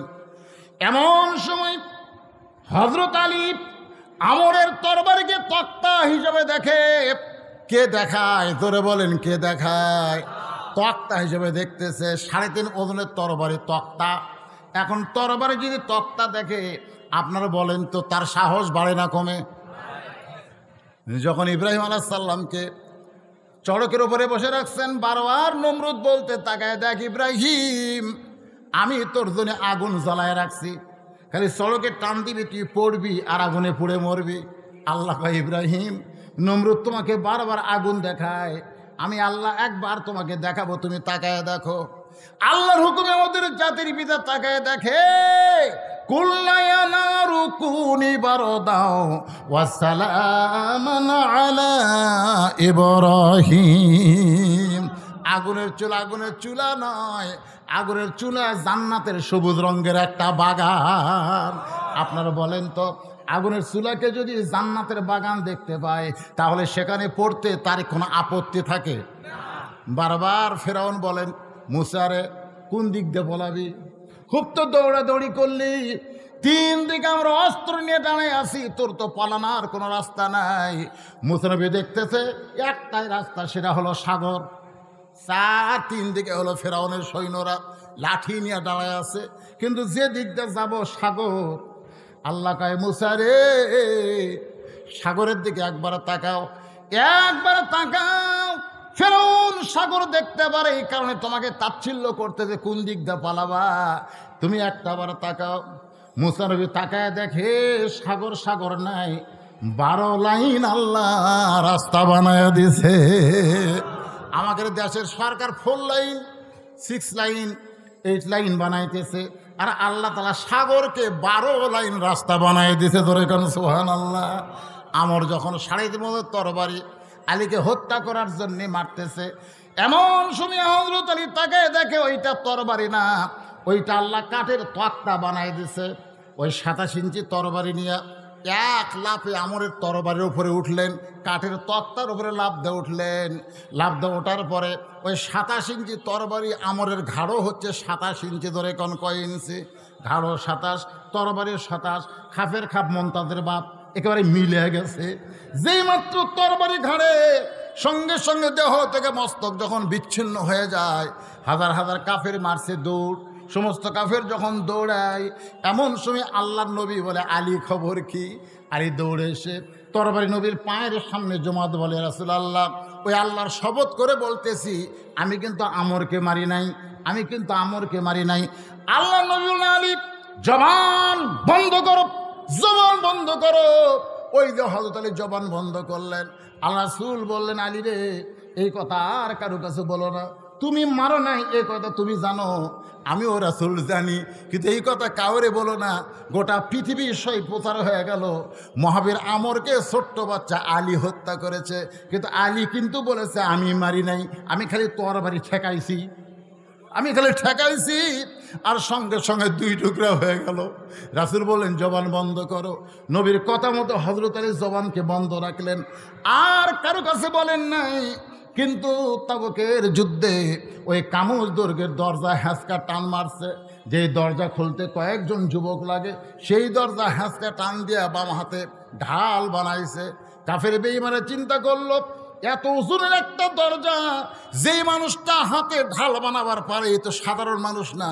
সমস্ত কাফের ভয় যখন দৌড় দেয়, হঠাৎই ওই ঢালখানা ফেলে দেয়, 180 গজ দূরে কাগজের মতন উড়ে গিয়া পড়ে। মুসলমান সাহাবীরা নবীর কাছে এসে বলে, ইয়া রাসূলুল্লাহ আজকের যুদ্ধে আমরা বিজয় হয়েছি হযরত আলীর কারণে, আজকের যুদ্ধে আমরা বিজয় হয়েছি হযরত আলীর কারণে। যারা প্রকৃত মুসলমান হবে তারা কারো কারণে যুদ্ধ বিজয় হবে এটা বিশ্বাস করবে না, মুসলমানকে বিশ্বাস করা লাগবে। ইযা জাআ নাসরুল্লাহি ওয়াল ফাতহু ওয়া রাআইতান নাসা ইয়াদখুলুনা ফি দীনিল্লাহি আফওয়াজা ফাসাব্বিহ বিহামদি রাব্বিকা ওয়াস্তাগফির ইন্নাহু কানা তাওয়াবা। যারা প্রকৃত মুসলমান হবে তারা কোনোদিন বলবে না ভারত আমাদেরকে সহযোগিতা করেছে, ভারত যদি সহযোগিতা না করতো আমরা 16ই ডিসেম্বর বিজয় অর্জন করতে পারবো না। এটা মুসলমানের কথা না। হয়তো আলীও কিন্তু একটু মনোযোগ দিয়ে কথাগুলো শুনবেন। সমস্ত সাহাবীরা বলতেছে, রাসূলুল্লাহ আজকে আমরা তাবুকের দুর্য দর করেছি, মুসলমানের বিজয় হয়েছে আলীর কারণে। রাসূল বললেন, কেমনে কি? বলে কামুজ দুর্গের দরজায় হ্যাঁচকা টান মারছে, আর দরজা খুলে হাতের ঢাল হয়ে গেছে। ওই ঢালটা দেখার সঙ্গে সঙ্গে কাফের বেঈমানরা সব ভয়ে দৌড় মারছে। আল্লাহ রাসূল কিছুই বলেন। এমন সময় হয়তো আলী এসে সামনে দাঁড়ায়। আর রাসূল বললেন, আলীরে খবর কি? বলে, হুজুর এতক্ষণ খবর বোঝেননি, হ্যাঁচকা টান মারছি, হাতও ঢাল দিছি, জিহাদের ময়দানে গেছি, ওরা ভয় দৌড় মারছে, খাইলে দিছি, 80 গজ দড়ি গিয়ে পড়ছে। আল্লাহ রাসূল বলে, আলী সত্যি তাই? বলে, হ্যাঁ হুজুর। আল্লাহ রাসূল বললেন, তাহলে চলো যাই। বলে, কেন? আপনি বললে আমি দরজা নিয়ে আসতেছি, আনা লাগবে না, চলো যাই। আলীকে সাথে নিয়ে বলতে, কোথায় দরজা? ওই যে পড়ে আছে, যাও। হয়তো আলী দরজার কাছে এক কোনা হাত দিয়ে দরজা ছাড়ে, লিজে লড়ে, কিন্তু দরজা লড়ে না। আলী বলতেছি, ইয়া রাসূলুল্লাহ, এইটা হাতত দিয়ে ঢাল বানায়া যুদ্ধ করলাম, ওরা ভয়ে দৌড় মারলো, আমি ফেলে দিলাম, আর এত দূর যেয়ে পড়লো, এখন কোনা ধরে লিজেই লড়ি, কিন্তু দরজা লড়ে না কেন? আল্লাহ রাসূল বলে, আলী সেই দিন তুমি বলছিলা আমরকে আমি মারি নাই, আমি বলেছিলাম চুপ।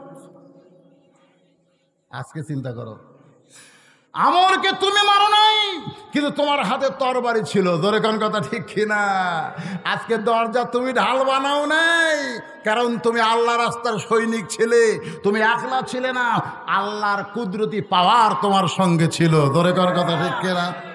তুমি যখন দরজা ফেলে দিলা, তখন তুমি একলা ছিলে না, আল্লাহর কুদরতি পাওয়ার তোমার সঙ্গে ছিল।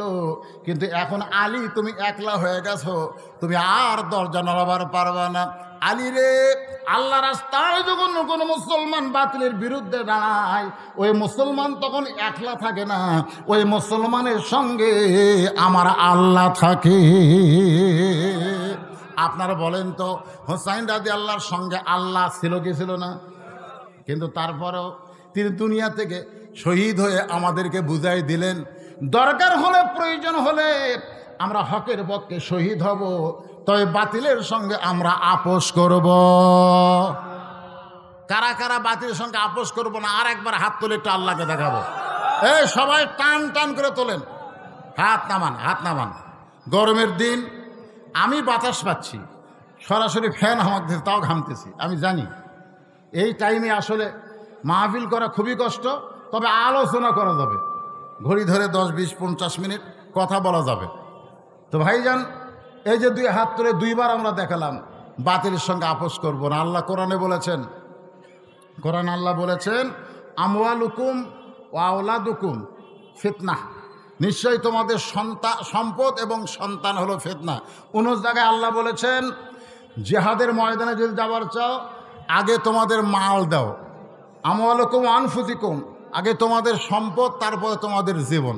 যারা বাতিলের বিরুদ্ধে জীবন দেওয়ার জন্যে আল্লাহর কাছে দুই হাত তুলেছি। এই মাহফিল 10ই মুহররম কারবালার শিক্ষা, এই সেমিনার মসজিদকে উন্নয়ন কল্পে আয়োজন করা হয়েছে আল্লাহর ঘর মসজিদের জন্যে। আপনাকে প্রধান অতিথি চেয়ারম্যান সাহেব, তিনি এর আগেও দিবার চাইছিলেন, এখনও দেয় নাই, দিবেন, আর আগামী কিবার গেলে 50,000 দিবেন, ঠিক কিনা বলেন? তিনি ঘোষণা দিলেন। তখন আমি বুঝলাম যে এই মাহফিল শুধু মাহফিল না, এই মাহফিল হচ্ছে আল্লাহ রাস্তায় সম্পদ কুরবানি করার একটা মাহফিল। যে আল্লাহ আমাদেরকে ওটা বসা করবেন না, খবরদার, না দিলেও বসে থাকবেন। আপনি দিবেন না, আপনার টাকা আল্লাহর দরকার নাই, আপনার টাকা আল্লাহর রাহে কবুল হয় নাই। মসজিদের সামনে দিয়ে যখন দান বাক্স যায়, আপনার দেখেন না নামাজের সময় এরকম দান বাক্স যায় কি যায় না? ইমাম সাহেব অবশ্য বলে, আপনাদের সকলের সামনে মসজিদের দান বাক্স গেল, সবাই যা যা পারেন আল্লাহর রাস্তায় দিবেন। তো এখন দান বাক্স যে সামনে আইছে, এখন ওই লোকটা চিন্তা করতেছে কি করি, চোখ বন্ধ করছে, বন্ধ করে দেখে 500 টাকার একটা লোট আছে, 200 টাকার একটা লোট আছে, 100 টাকার একটা লোট আছে, 10 টাকা 20 টাকা নাই। 10 টাকা 20 টাকা কি নাই, খুব খেয়াল করে দেখে 10 টাকা নাই, 20 টাকা নাই। তখন দান বাক্স এরকম মারছে ঠেলা, এমন জোরে ঠেলা মারছে, 2 জন পার হয়ে দান বাক্স চলে গেছে। আচ্ছা ঠিক আছে, ওরা খুব খুশি, যা এবারে তোর হাতত বল আছে রে। 2 কান্দের ফেরেশতা কান্দ থেকে বলতেছে, আল্লাহ আমরা এই শয়তানের কান্দতে থাকবার চাই না। যে শয়তান পকেট ভরার টাকা থুয়ে তোমার দান বাক্স ঠেলা মারে, ওর কান্দর থেকে আমরা কর্ম কি? আমাকে লেখার তো কিছু নাই। আজকে আপনাদের পকেটে যদি টাকা থাকে, আর যদি আজকের এই দানকে আপনার ঠেলা মারেন, তাহলে আপনার কান্দের ফেরেশতারা লিখবি কি? যাদের পকেটে টাকা আছে তাদের কাছে আমার দাবি আছে, টাকা থাকার পরেও যদি দান না করেন, তাহলে আপনারা হোসাইনি মুসলমান হতে পারবেন না, আল্লাহ রাস্তায় জীবনে কুরবানি করতে পারবেন। আল্লাহ বলেছে, আমওয়ালুকুম, আগে তোমাদের সম্পদ চাই, ও আনফুসুকুম, তারপরে তোমাকে জীবন দাও। বলার সঙ্গে সঙ্গে আল্লাহর একজন বান্দা 2000 টাকা নগদে আল্লাহর ঘরে করছে দান। আল্লাহ তার দানকে কবুল করেন। আল্লাহ নেক নিয়ত নেক আশা পড়াক আল্লাহুম্মা আমিন। আমার মা বোনেরা, পর্দার অন্তরে বসে যারা আলোচনা শুনতেছেন, কি আয়ব মিলিটারি লেঙ্গাফির, আল্লাহ 1000 টাকা দান করেছে আল্লাহ তোমার ঘরের জন্যে। আল্লাহ দানকে কবুল করেন। আল্লাহ তোমার একজন বান্দা মাঝখান থেকে কিছু দান করলো, আল্লাহ কবুল করেন। লিল্লাহে তাকবীর। আজকের মাহফিলের সম্মানিত সভাপতি সাহেব, এ মাদ্রাসার উপাধ্যক্ষ, 5000 টাকা আমার এই ভাইজান 5000 টাকা আল্লাহর ঘরে নগদে করছে দান। আল্লাহ তার দানকে কবুল করেন। আল্লাহ নেক নিয়ত নেক আশা পুরা করেন। মামুনুর রশিদ 1000 টাকা দান করেছে। আল্লাহ দানকে কবুল করেন। এই বিজ্ঞাপনে যত নাম লেখছে তারা কি আছে? সবাই দিছে? এই জেলা বিজ্ঞাপনে অতিথি করছেন আপনারা? আসেনি মনে হয়। হ্যাঁ, সবাই দেন, সবাই দেন। আল্লাহর ঘরের জন্য মাহফিল হচ্ছে। কারবালার শিক্ষা তো নিয়ে নিলি। এরপরে আজকে আপনারা একটু দান করে বুঝেন যে সামনে যত বিপদে মুসিবতে আসুক টাকা আগে দেওয়া লাগবে। টাকা না দিলে তো আল্লাহ বুঝবে তোর আখেরাতের প্রতি বিশ্বাস নাই। দান করা মানে আখেরাতকে বিশ্বাস করা। আপনারা যে টাকাটা দিচ্ছেন আপনারা কি এখানে পাবেন না আখেরাতে পাবেন? তাহলে বিশ্বাস যদি না হয়, পকেটের টাকা দিয়ে এই টাকা দিয়ে তো চা খাওয়া হবে, দরকার নাই। আর যারা আখিরাতকে বিশ্বাস করে তারা বিশ্বাস করবে এই টাকা দুনিয়ার কোনো ব্যাংকে জমা না, আমার জান্নাতের অ্যাকাউন্টে আল্লাহ জমা করে দিবে। এই বুঝি মিজানুর রহমান ধান ব্যবসায়ী 1000 টাকা দান করেছে। আল্লাহ তার ব্যবসার মধ্যে বরকত দেন। 1000 টাকা দান করেছে আল্লাহ তোমার ঘরে। আর একজন 200 টাকা দান করছে, আল্লাহ কবুল করেন। এর ভিতরে গামছা নিয়ে যান, রুমাল নিয়ে যান ভাই। মাহফিল কমিটির লোকজনকে বলতেছি, আল্লাহর একজন বান্দা 1000 টাকা কি দিল? মিজানুর রহমান, রড সিমেন্টের দোকান মিজানুর রহমান 1000 টাকা দান করেছে। আল্লাহ দানকে কবুল করেন। আল্লাহ নেক নিয়ত নেক আশা পরাক আল্লাহুম্মা আমিন। কবুল করো, কবুল করো। মোদের কামনা দানকারীকে দিও জান্নাত, আল্লাহ নিরাশ কইরো না। এ ভাই, আল্লাহর ঘরের জন্য কিছু দিবেন না দিয়ে কোথায় যাবেন? এতক্ষণ ওয়াজ শোনার পরে এই মন হলো ফাঁকি মারবো। ফাঁকি আপনি মারতে পারবেন না। তো হয়তো আপনার টাকা আল্লাহর ঘরে দেওয়া হলো না, কিন্তু এই টাকা ডাক্তারও ঠিকই দেওয়া লাগবে। এই টাকা ডাক্তারও ঠিকই দেওয়া লাগবে। এই টাকা আপনার ছেলে নেশাখোর হবে, হিরোইন খোর হবে, পালসার গাড়ি চলাইতে গিয়ে অটো ভ্যানের সাথে অ্যাক্সিডেন্ট করবে। টাকা আজকে মসজিদ দিচ্ছেন না, এ টাকা ঠিকই নামা যাবে, 10 গুণ নামবে।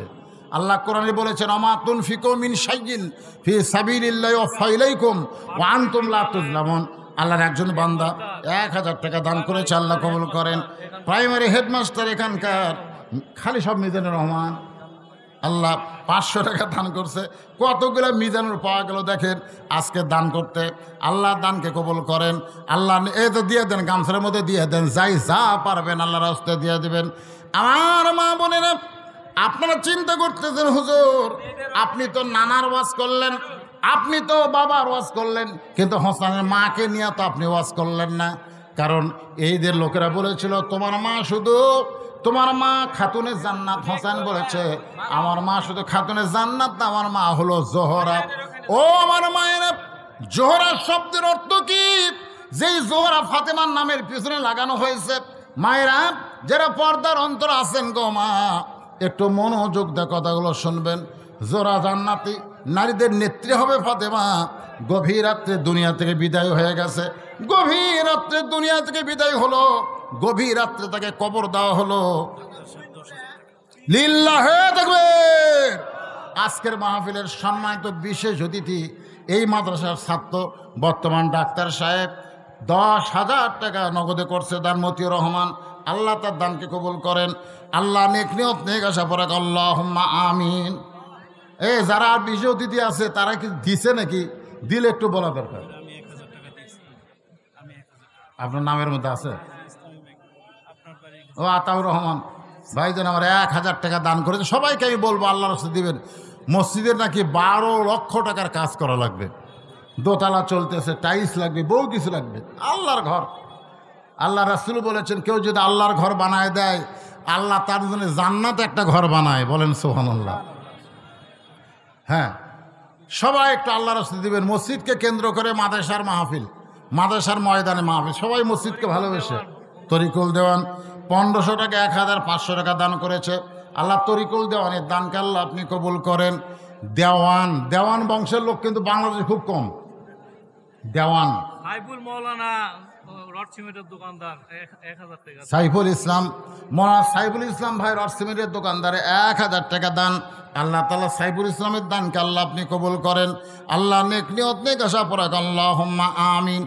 গভীর রাত্রে আমার মায়েরা গো শোনেন, গভীর রাত্রে হযরত আলী ফাতেমাকে জান্নাতুল বাকির মধ্যে দাফন করার পর, ও মা শোনেন, দাফন করার পরে আল্লাহর কাছে বলতেছে, আল্লাহ দুনিয়ার জীবনে আমি ফাতেমাকে তেমন কিছু দিতে পারি নাই। আসলে ফাতেমা এত কষ্টের মধ্যে জীবন অতিবাহিত করেছে, তারপরেও স্বামীর বিরুদ্ধে কোনো অভিযোগ করে নাই। একদিন গভীর রাত্রে হযরত আলী ঘুম থেকে চেতন পাইছেন। চেতন পাওয়ার পরে দেখে ফাতেমা ঘরের মধ্যে নাই। মায়েরা শোনেন একটু মনোযোগ দিয়ে, ফাতেমা ঘরের মধ্যে নাই। কোথায় গেল ফাতেমা? দরজা থেকে তাকায় দেখে মরুভূমির ভিতরে কালো চাদর মাথা দিয়ে খুব জোরে জোরে ফাতেমা হাঁটতেছে। হযরত আলী পিছনে নিরাপদ দূরত্ব বজায় রাখে। কোথায় যায় ফাতেমা? একটু দূরে গিয়ে দেখে আল্লাহ রাসূল যেই ঘরে ঘুমায় সে ঘরে জানলার পাশে ফাতেমা করুণ স্বরে ডাকতেছে, বাবা আমার মা খাদিজা যদি দুনিয়াতে জীবিত থাকতো, বাবা আমার বড় শরম, আমি আপনার কাছে আসতাম না, কিন্তু আমার মা খাদিজা দুনিয়া থেকে বিদায় নিয়েছে। এই জন্য গভীর রাত্রে আপনার জানলায় সঙ্গে সঙ্গে ফাতেমার জন্য আল্লাহ রাসূল দরজা খুলে দেয়। ফাতেমা বলতেছে, বাবা একটু কষ্ট করে আপনি বাতি জ্বালান গো। আল্লাহ রাসূল বলে, ফাতেমা বাতি জ্বালান লাগবে না, স্বামীকে ঘরের মধ্যে রাইখা তুই যখন একা একা আমার ঘরে ঢুকছিস, বল কি বলতে চাস। ফাতেমা বলে, বাবা একটা বার কি আপনি বাতি জ্বালাবার পারবেন না? নবী আমার গভীর রাত্রে ঘরে যখন বাতি জ্বালায় দেয়, ফাতেমার 2টা হাত নবীর সামনে বাড়ায়। রাসূল তাকায় দেখে যেভাবে 2টা হাত বাড়াইছে এটা নেওয়ার জন্যে না, নেওয়ার জন্য হাত বাড়াইলে এইরকম করে হাত বাড়াবে, কিন্তু হাতটা যখন এইভাবে বাড়াইছে রাসূল বুঝতে পারলেন এই 2টা হাত তো নেওয়ার জন্যে না, এই 2টা হাত হলো দেখানোর জন্যে। নবী তাকায় দেখেন ফাতেমার হাতে তালু আছে, কিন্তু তালুর উপরে কোনো চামড়া নাই। 2টা হাত গোস্তের টুকরার মতন রক্ত লাল হয়ে গেছে। আল্লাহ রাসূল বললেন, ফাতেমা রে এত কষ্ট তোমার জীবনে, এরপরেও তুমি ধৈর্য ধারণ করেছ। তুমি কি জানো ফাতেমা, এর পুরস্কার হিসাবে আল্লাহ তোমাকে জান্নাতি নারীদের নেত্রী বানাবে। ধরে কোন সুবহানাল্লাহ। 3 বার 33 বার সুবহানাল্লাহ আমল করবা, 34 বার আল্লাহু আকবার, 33 বার আলহামদুলিল্লাহ। আমি রাসূল বলতেছি আল্লাহ তোমাকে 8টা জান্নাতের মালিক বানায়া দিবে। এত কষ্টের পরও স্বামীর উপরে সে কোনোদিন জুলুম করে নাই, স্বামীকে কষ্ট দেয় নাই। তাই গভীর রাত্রে হযরত আলী ফাতেমাকে দাফন করার পরে আল্লাহকে বলতেছে, আল্লাহ দুনিয়ার জীবনে বড় কষ্ট করেছে, তুমি তার উপর রাজি হয়ে যাও, খুশি হয়ে যাও। এই দোয়া করার পরে তাকায় দেখে জান্নাতুল বাকির মধ্যে এইমাত্র কবর দিল, সেই নতুন কবর নাই। হযরত আলী গোটা জান্নাতুল বাকি দৌড়ে আর বলে, ফাতেমার কবর কোথায়? ফাতেমার কবর কোথায়? ফাতেমার কবর এইমাত্র কবর দিলাম, সেই কবরটা গেল কোন জায়গায়? কে যেন বলতে, আলী রে ফাতেমা পর্দানিশী, আমি আল্লাহ জোহরা ডিগ্রি দিয়া ফাতেমার কবরকে কিয়ামত পর্যন্ত পর্দা করে দিয়েছি। আজকে আমার মায়েরা শোনেন, আপনাদের 1 নম্বর শিক্ষা হলো হোসেনের মায়ের মতন পর্দানিশী মা হবেন। আল্লাহ তাআলা আপনাদের পেট থেকে যে সন্তান দিবে সেই সন্তান হোসেনের মতন সন্তান হবে। সুবহানাল্লাহ। এখানে শেষে একটা শিক্ষা স্বরূপ দীক্ষা দিয়ে আমি আমার আলোচনা শেষ করব। সেই শিক্ষাটা হলো আপনাদের কাছে আমার জানতে চাওয়া, ইয়াজিদ যার এখানে 2 জনের নাম বারবার উচ্চারণ হয়েছে, একটা হলো হোসাইন আর একটা কি, কথা কয় না, একটা হোসেন আর একটা কি, 2 জনই তো মুসলমান। ইয়াজিদের বাপের নাম কি? মাবিয়া। তোর এখন হোসাইন রাদিয়াল্লাহর বাপের নাম কি? হযরত আলী। আচ্ছা, ইয়াজিদের মায়ের নাম কি? ইয়াজিদের মায়ের নাম জানেন না? হোসেন রাদিয়াল্লাহু মায়ের নাম কি? ফাতেমা। মাশাআল্লাহ। আচ্ছা, ইয়াজিদের দাদার নাম কি জানেন? ইয়াজিদের দাদার নাম হচ্ছে আবু সুফিয়ান। জোরেকার নাম কি? আচ্ছা, ইয়াজিদের দাদির নাম কি? হিন্দা। ইয়াজিদের দাদির নাম হিন্দা। মাশাআল্লাহ। হিন্দা কার কলিজা দেখাইছিল? চিন্তা করে দেখেন, আবু সুফিয়ানের বউ হিন্দা, আবার কলজা চাবা খাতে নবীর চাচা আমির হামজার। হিন্দা কিন্তু আবার আবু জেহেলের ভাই বোন। জোরে কোন কার বোন? কথা কয় না, কার বোন? তাহলে হিন্দার পেটর থেকে হলো হয়তো মুআবিয়া রাদিয়াল্লাহু তাআলা আনহু, ওই পেটর থেকে হচ্ছে হয়তো মুআবিয়া। আবার মুআবিয়া রাদিয়াল্লাহু তাকে বিয়ে করছে, সেইটা হচ্ছে আবার সাইবার বেটি। যেরকম কার বেটি? সাইবার বেটিকে বিয়ে করছে মুআবিয়া। মানে আবু সুফিয়ান আর সাইবা দুইজন খুব বন্ধু ছিল।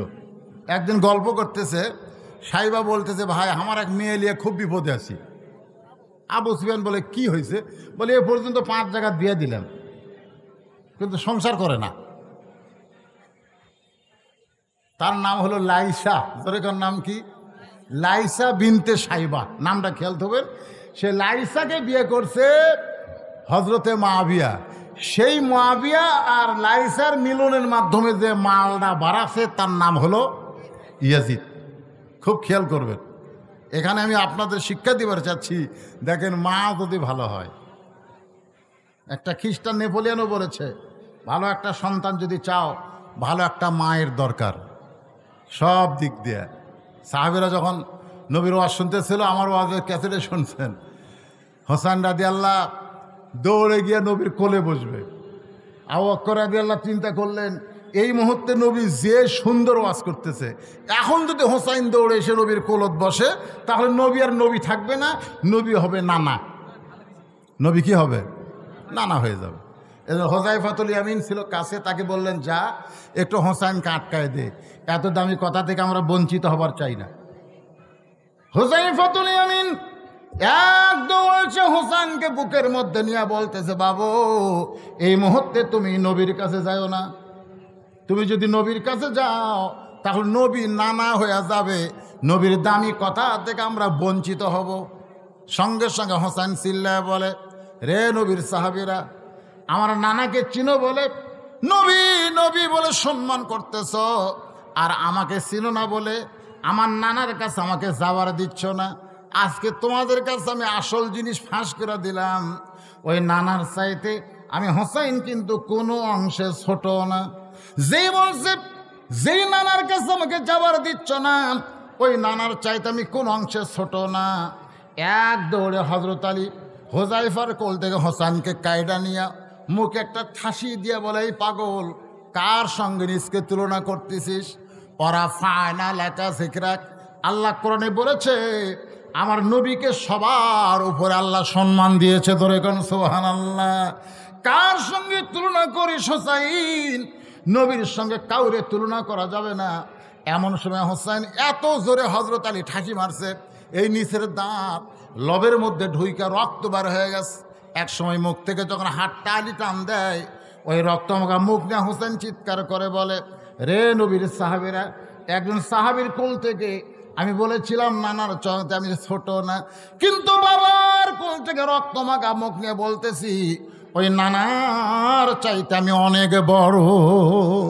যেই বলছে অনেক বড়, নবীর চাইতে অনেক বড় তা কিন্তু বলে নাই, বলেছে নানার চাইতে অনেক বড়। যে বলেছে নানার চাইতে অনেক বড়, ওমর ফারুক দাঁড়িয়ে বললেন, আলী রে, তোমার হোসেন কিন্তু বেয়াদবের চরম মাত্রা অতিক্রম করেছে, তুমি তোমার হোসেনকে সামাল দাও। এই কথা বলে হযরত আলী হোসেনকে যখন নিয়ে যাবার চায়, এমন সময় নবী আমার বসেছিলেন। সেই নবী দাঁড়িয়ে বললেন, আলী রে, আমার কলিজাকে আমার কাছ থেকে আলাদা করিস না, আমার কলিজাকে আমার কাছ থেকে আলাদা করিস না। এই কথার মধ্যে বড় কঠিন কথা রয়েছে, আমার কলিজাকে আমার কাছ থেকে আলাদা করিস না। হোসেনকে যারা শহীদ করেছে তারা আল্লাহ নবীর কলিজার মধ্যে হাত ঢুকাইছে। ধরে কোন সুবহানাল্লাহ। হযরত আব্দুল্লাহ ইবনে আব্বাস স্বপ্নে দেখেন রক্তের একটা বোতল নিয়ে নবী দৌড়াদৌড়ি করতেছে। আব্বাস রাদিয়াল্লাহু বললেন, ইয়া রাসূলুল্লাহ, বহুদিন পর আপনার সঙ্গে আমার দেখা হলো, আপনার হাতে রক্তের বোতল কেন? আল্লাহ নবী বললেন, আমার হোসেনের রক্ত এই বোতলের ভিতরে। নানা ধরনের কথা রয়েছে। নবী বললেন, আমার কলিজাকে আমার কাছ থেকে আলাদা করিস না। আলী হোসেনকে সাইডা দিলে এক দৌড়ে নবীর কাছে যায়, যা বলতেছে, না না, আমার উপরে তুমি মন খারাপ করেছো। আল্লাহ রাসূল বলে, এই কথা ঘরের মধ্যে একলাই যদি আমাকে বলতি, নানার চাইতে কোনো অংশে ছোট না, আমি কিছুই মনে করতাম না। এই কথা ঘরের মধ্যে যদি বলতি, নানার চাইতে অনেক বড়, আমি কিছুই মনে করতাম না। কিন্তু এতগুলো সাহাবীর মধ্যে এই কথা তুই কেমনে বললি ভাই? আমি মানলেও তো সাহাবীরা মানবার পারতিছে না, যার কারণে ওমর ফারুক গরম হয়ে গেছে। হোসেন বলতে, না না, আমিও বুঝতে পেরেছি এতগুলো সাহাবীর সামনে বলার কারণে তুমি মনে কষ্ট পাইছো। ও না না, আজকে তোমার কাছে আমার 1 নম্বর প্রশ্ন হলো, তুমি যদি আমার চাইতে বড় হও, তাহলে তুমি বলো তো তোমার বাপ বড় না আমার বাপ বড়? একটাবার চিন্তা করে বলো। রাসূল চমকে গেলেন, আমার বাবা আব্দুল্লাহ জান্নাত পাবে কি পাবে না তার কোনো গ্যারান্টি আমি রাসূল দিবার পারবো না। কে হোসেন ও হযরত আলী শুধু জান্নাত পাবে না, এই দুনিয়াতে 10 জনকে জান্নাতের সার্টিফিকেট দেওয়া হয়েছে, তার মধ্যে 4 নম্বর হযরত আলী। রাসূল হোসেনের কপালে চুমা দেয়, বলে, হোসেন রে, আমার বাবা আব্দুল্লাহর চাইতে তোমার বাবা আলী অনেক বড়। হোসেন বলতেছে, না না, তাহলে আপনি স্বীকার করলেন বাবার দিক দিয়ে আমি বড়। এখন বলেন তো নানা, আমার মা আর আপনার মা, এই 2 জনের মধ্যে কার মা বড়? আল্লাহ রাসূল বললেন, আমার মা আমেনা জান্নাত পাবে কি পাবে না এই গ্যারান্টি আমি নবী দিবার পারতেছি না। কিন্তু হোসেন মা ফাতেমা শুধু জান্নাত হবে না, জান্নাতি নারীদের নেত্রী হবে। আমার মা আমেনার চাইতে হোসেনের মা ফাতেমা অনেক বড়। হোসেন বলে, না না, তুমি স্বীকার করলা মায়ের দিক দিয়ে আমি বড়। আমার 3 নম্বর প্রশ্ন হলো, নানা এখন বলো তো আমার নানা বড় না তোমার নানা বড়? বলো তো নানা, এই 2 জনের মধ্যে কার নানা বড়? ওমর ফারুক দৌড়ে এসে ওই রক্তমাখা হোসেনকে বুকের সঙ্গে নিয়ে বলে, আলী রে, আমি মূর্খ ওমর, কি বলেছি? তুমি জ্ঞানী ও আলী হইয়া এই মুখের উপরে তুমি কেন ঠাসি মারলা? হোসেন রে, তোমার নানার নানা ওয়াহাব জুহুরিকে দুনিয়ার কেউ চিনবে না, কিন্তু হোসেনের নানাকে স্বয়ং আল্লাহ করেছেন ঘোষণা, ওয়া ইন্নাকা লাআলা খুলুকিন আযীম। হোসেন বলে, নানা গো, তোমার সাহাবীদের সামনে এখন বলো, নানার দিক দিয়ে যদি আমি বড় হই, বাপের দিক দিয়ে যদি আমি বড় হই, মায়ের দিক দিয়ে যদি আমি বড় হই, তাহলে কোন দিক দিয়ে তুমি আমার চাইতে বড়? আনাস ইবনে মালিক বলে, ইয়াজিদ, কার মুখে লাঠি ঢুকায় দেশ, কাকে তুই তিরস্কার করিস? তুই হোসেনকে চিনিস না ইয়াজিদ, একদিন তুই ধ্বংস হয়ে যাবি, তোর অস্তিত্ব থাকবে না। কিন্তু যে হোসেনকে তিরস্কার করলি, দুনিয়া থেকে তাকে বিদায় করে দিবার পারলি, কিন্তু মুসলমানের ভালোবাসা থেকে, কলিজা থেকে তাকে কোনোদিন বিদায় করতে পারবি না। সল্লাকার আনাস রাদিয়াল্লাহু যে কথা বলেছে, কথার মধ্যে শিক্ষা আছে না নাই? জোরে কার আছে না নাই? আজকে ক্ষমতার সিয়ের ভয়ে ভালো মানুষগুলোকে হত্যা করে তুমি মনে করতেছ তুমি বিরাট কিছু হয়ে গেছো।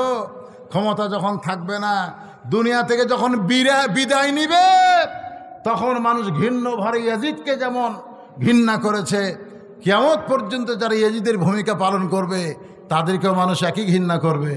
আর হকের পক্ষে যাদেরকে হত্যা করা হবে, জেল জুলুম ফাঁসি দেওয়া হবে, তাদেরকে মানুষ কলিজার মধ্যে জায়গা দিবে, হোসেনের মতন কিয়ামত পর্যন্ত ভালোবাসবে। ধরে কোন কথা ঠিক কিনা? আবু হানিফা রহমতুল্লাহ আলাইহির নাম সবার জানা আছে, কিন্তু যিনি তাকে জেলখানায় হত্যা করেছে সে আবুল মনসুরের নাম কে জানে? আবুল মনসুরের নাম কেউ জানে? আব্বাসে খলিফা আবুল মনসুরের নাম কেউ জানে না, কিন্তু আবু হানিফার নাম সবার জানা আছে না? জোরে কর কথা কর না কেন? বাতিলের সঙ্গে লড়াই করে জেলখানার ভিতরে নিজের জীবন দিয়ে প্রমাণ করে দিয়েছেন, যারা হোসেনে মুসলমান হবে তারা জীবন দিতে পারবে কিন্তু আপোষ করতে পারবে। আল্লাহ তাআলা এই শিক্ষা আমাদেরকে সকলকে কবুল করার, গ্রহণ করার তৌফিক দান করুক। সকলে বলে আমিন। ইস্তেগফার পর আস্তাগফিরুল্লাহ। রব্বি মিন কুল্লি জামবি আতুবু ইলাইহি লা হাওলা ওয়ালা কুওয়াতা ইল্লা বিল্লাহিল আলিয়্যিল আযীম। আল্লাহ, এ ভাই সবাই বসেন বসেন, এখন আর ওঠেন না, আপনি 5 মিনিট পরে যাবেন, কিন্তু আল্লাহ হয়তো নিরাপদে আপনাকে পৌঁছায় দিবে। সুবহানাল্লাহ। আপনি 10 মিনিট আগে যাওয়ার জন্য লাফ দিয়ে উঠলেন, কিন্তু বাড়িতে যাওয়ার আগে হয়তো আল্লাহ হাসপাতালেও নিয়ে যাওয়ার পারবে। আল্লাহ পারে কি পারে না? অনেক মানুষ কিন্তু ধরপড় করতে গিয়ে অ্যাক্সিডেন্ট করে পড়ে, জিজ্ঞেস করা হলো, কে রে তুই তো ভালোই মোটর সাইকেল চালাস রে, তো তুই তুই তুই ভটঢটির সাথে বেজা দিলি কেন?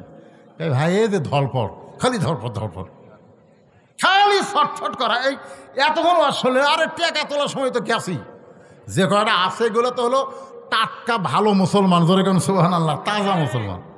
এখন এই যে মোনাজাত হবে, কত বড় ঐতিহাসিক একটা পুরানা মাহফিল। আমি শুনলাম আগামী 28 সালে 2028 সালে এই মাদ্রাসার বয়স 100 বছর হবে। 100 বছর, 100 বছরে ন্যাঙ্গাফির ফাজিল মাদ্রাসার বয়স হবে। কি মনে করতেছেন কত আল্লাহর ওলি এই ময়দানে পদাচারণা করেছে? জোরে কোন কথা ঠিক কিনা? এই মাদ্রাসা যিনি ভিত দিচ্ছেন তিনি যে কত বড় আল্লাহর ওলি ছিলেন, আমার দাদা বাপের মুখে শুনেছি। বসিরহাটের মাওলানা আল্লামা রুহুল আমিন রহমতুল্লাহ আলাইহি, হ্যাঁ, মাদ্রাসার ভিত দিচ্ছেন। আল্লাহর ওলিদের পদাচারণা এই মাদ্রাসায়। আর একটা মহরমের তাৎপর্য নিয়ে আলোচনা হলো, কারবালার শিক্ষা নিয়ে আলোচনা হলো, একটা আমরা মোনাজাত করব, এর জন্য আবার ধরপড় করেন কেন? আল্লাহ কবুল করতে পারে কি পারে না? সকলে ইস্তিগফার করুন, আস্তাগফিরুল্লাহ রব্বি মিন কুল্লি জামবি আতুবু ইলাইহি লা হাওলা ওয়ালা কুওয়াতা ইল্লা বিল্লাহিল আলিয়্যিল আযীম। আল্লাহুম্মা সাল্লি আলা সাইয়্যিদিনা মাওলানা মুহাম্মদ ওয়া আলা আলিহি ওয়া আসহাবিহি ওয়া বারাক সাল্লিম। জাযাকাল্লাহু আন্না মুহাম্মাদাম মা হুয়া আহলুহু। মুনাজ করে দিলাম ভাই। আল্লাহুম্মা আমিন। আয় আল্লাহ তাআলা, কঠিন গরমের ভিতরে মাবুদ আরামের ফ্যান, আরামের বিছানা বাদ দিয়া তোমার বান্দারা চটের উপরে বসে বসে রাত 12:15 বেজে গেছে। এই যে দীর্ঘ সময় পর্যন্ত আজকে মুহররম মাস, কারবালার তাৎপর্য শিক্ষা নিয়ে আলোচনা। মাবুদ হোসানে মুসলমানের স্বীকৃতি দেওয়া তোমার বান্দাদেরকে নিয়ে 2খানা হাত তোমার রহমতের দরজায় ফকির হয়ে উঠাইয়া দিছে। আল্লাহ মেহেরবানি করে আজকের মাহফিল আমাদের সকলের হেদায়েতের জন্যে, নাজাতের জন্যে, জান্নাতের জন্যে কবুল করে নাও। এই মাহফিলের শুরু থেকে শেষ পর্যন্ত যত আলোচনা হয়েছে আল্লাহ, যদি ত্রুটি হয়, ভুল হয়, মাফ করো। যে হাদিয়া মঞ্জুর করো, সোনার মদিনায় নৈফাকে রওজা মোবারকে আল্লাহ কবুল করে নাও।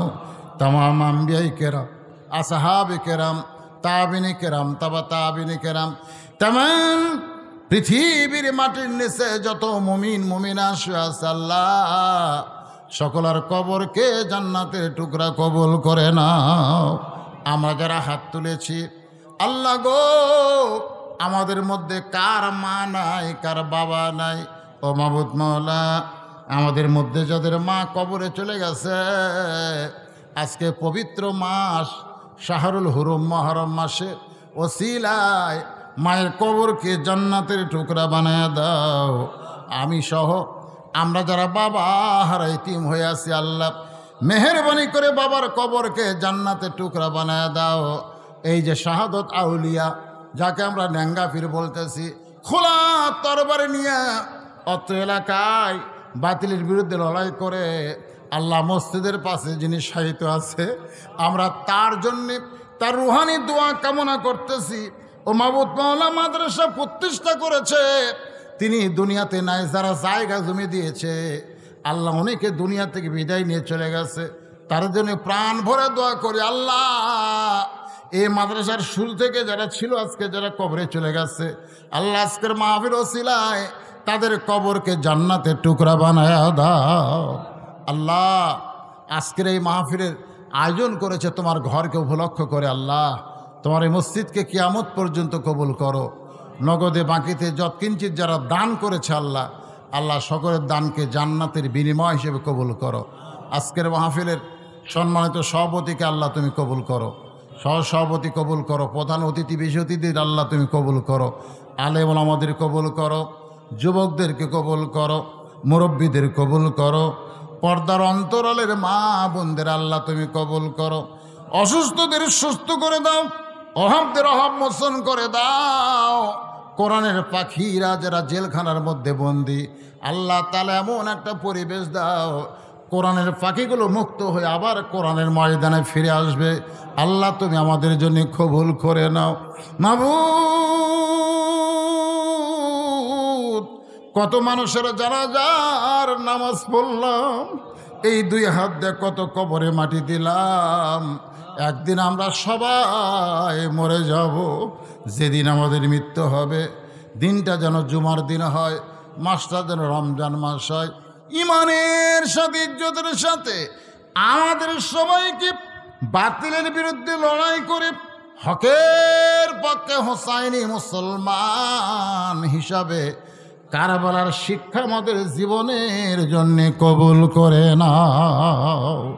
সুবহান রাব্বিকা রব্বিল ইজ্জাতি আম্মা ইয়াসিফুন ওয়া সালামুন আলাল মুরসালিন আলহামদুলিল্লাহি রব্বিল আলামিন।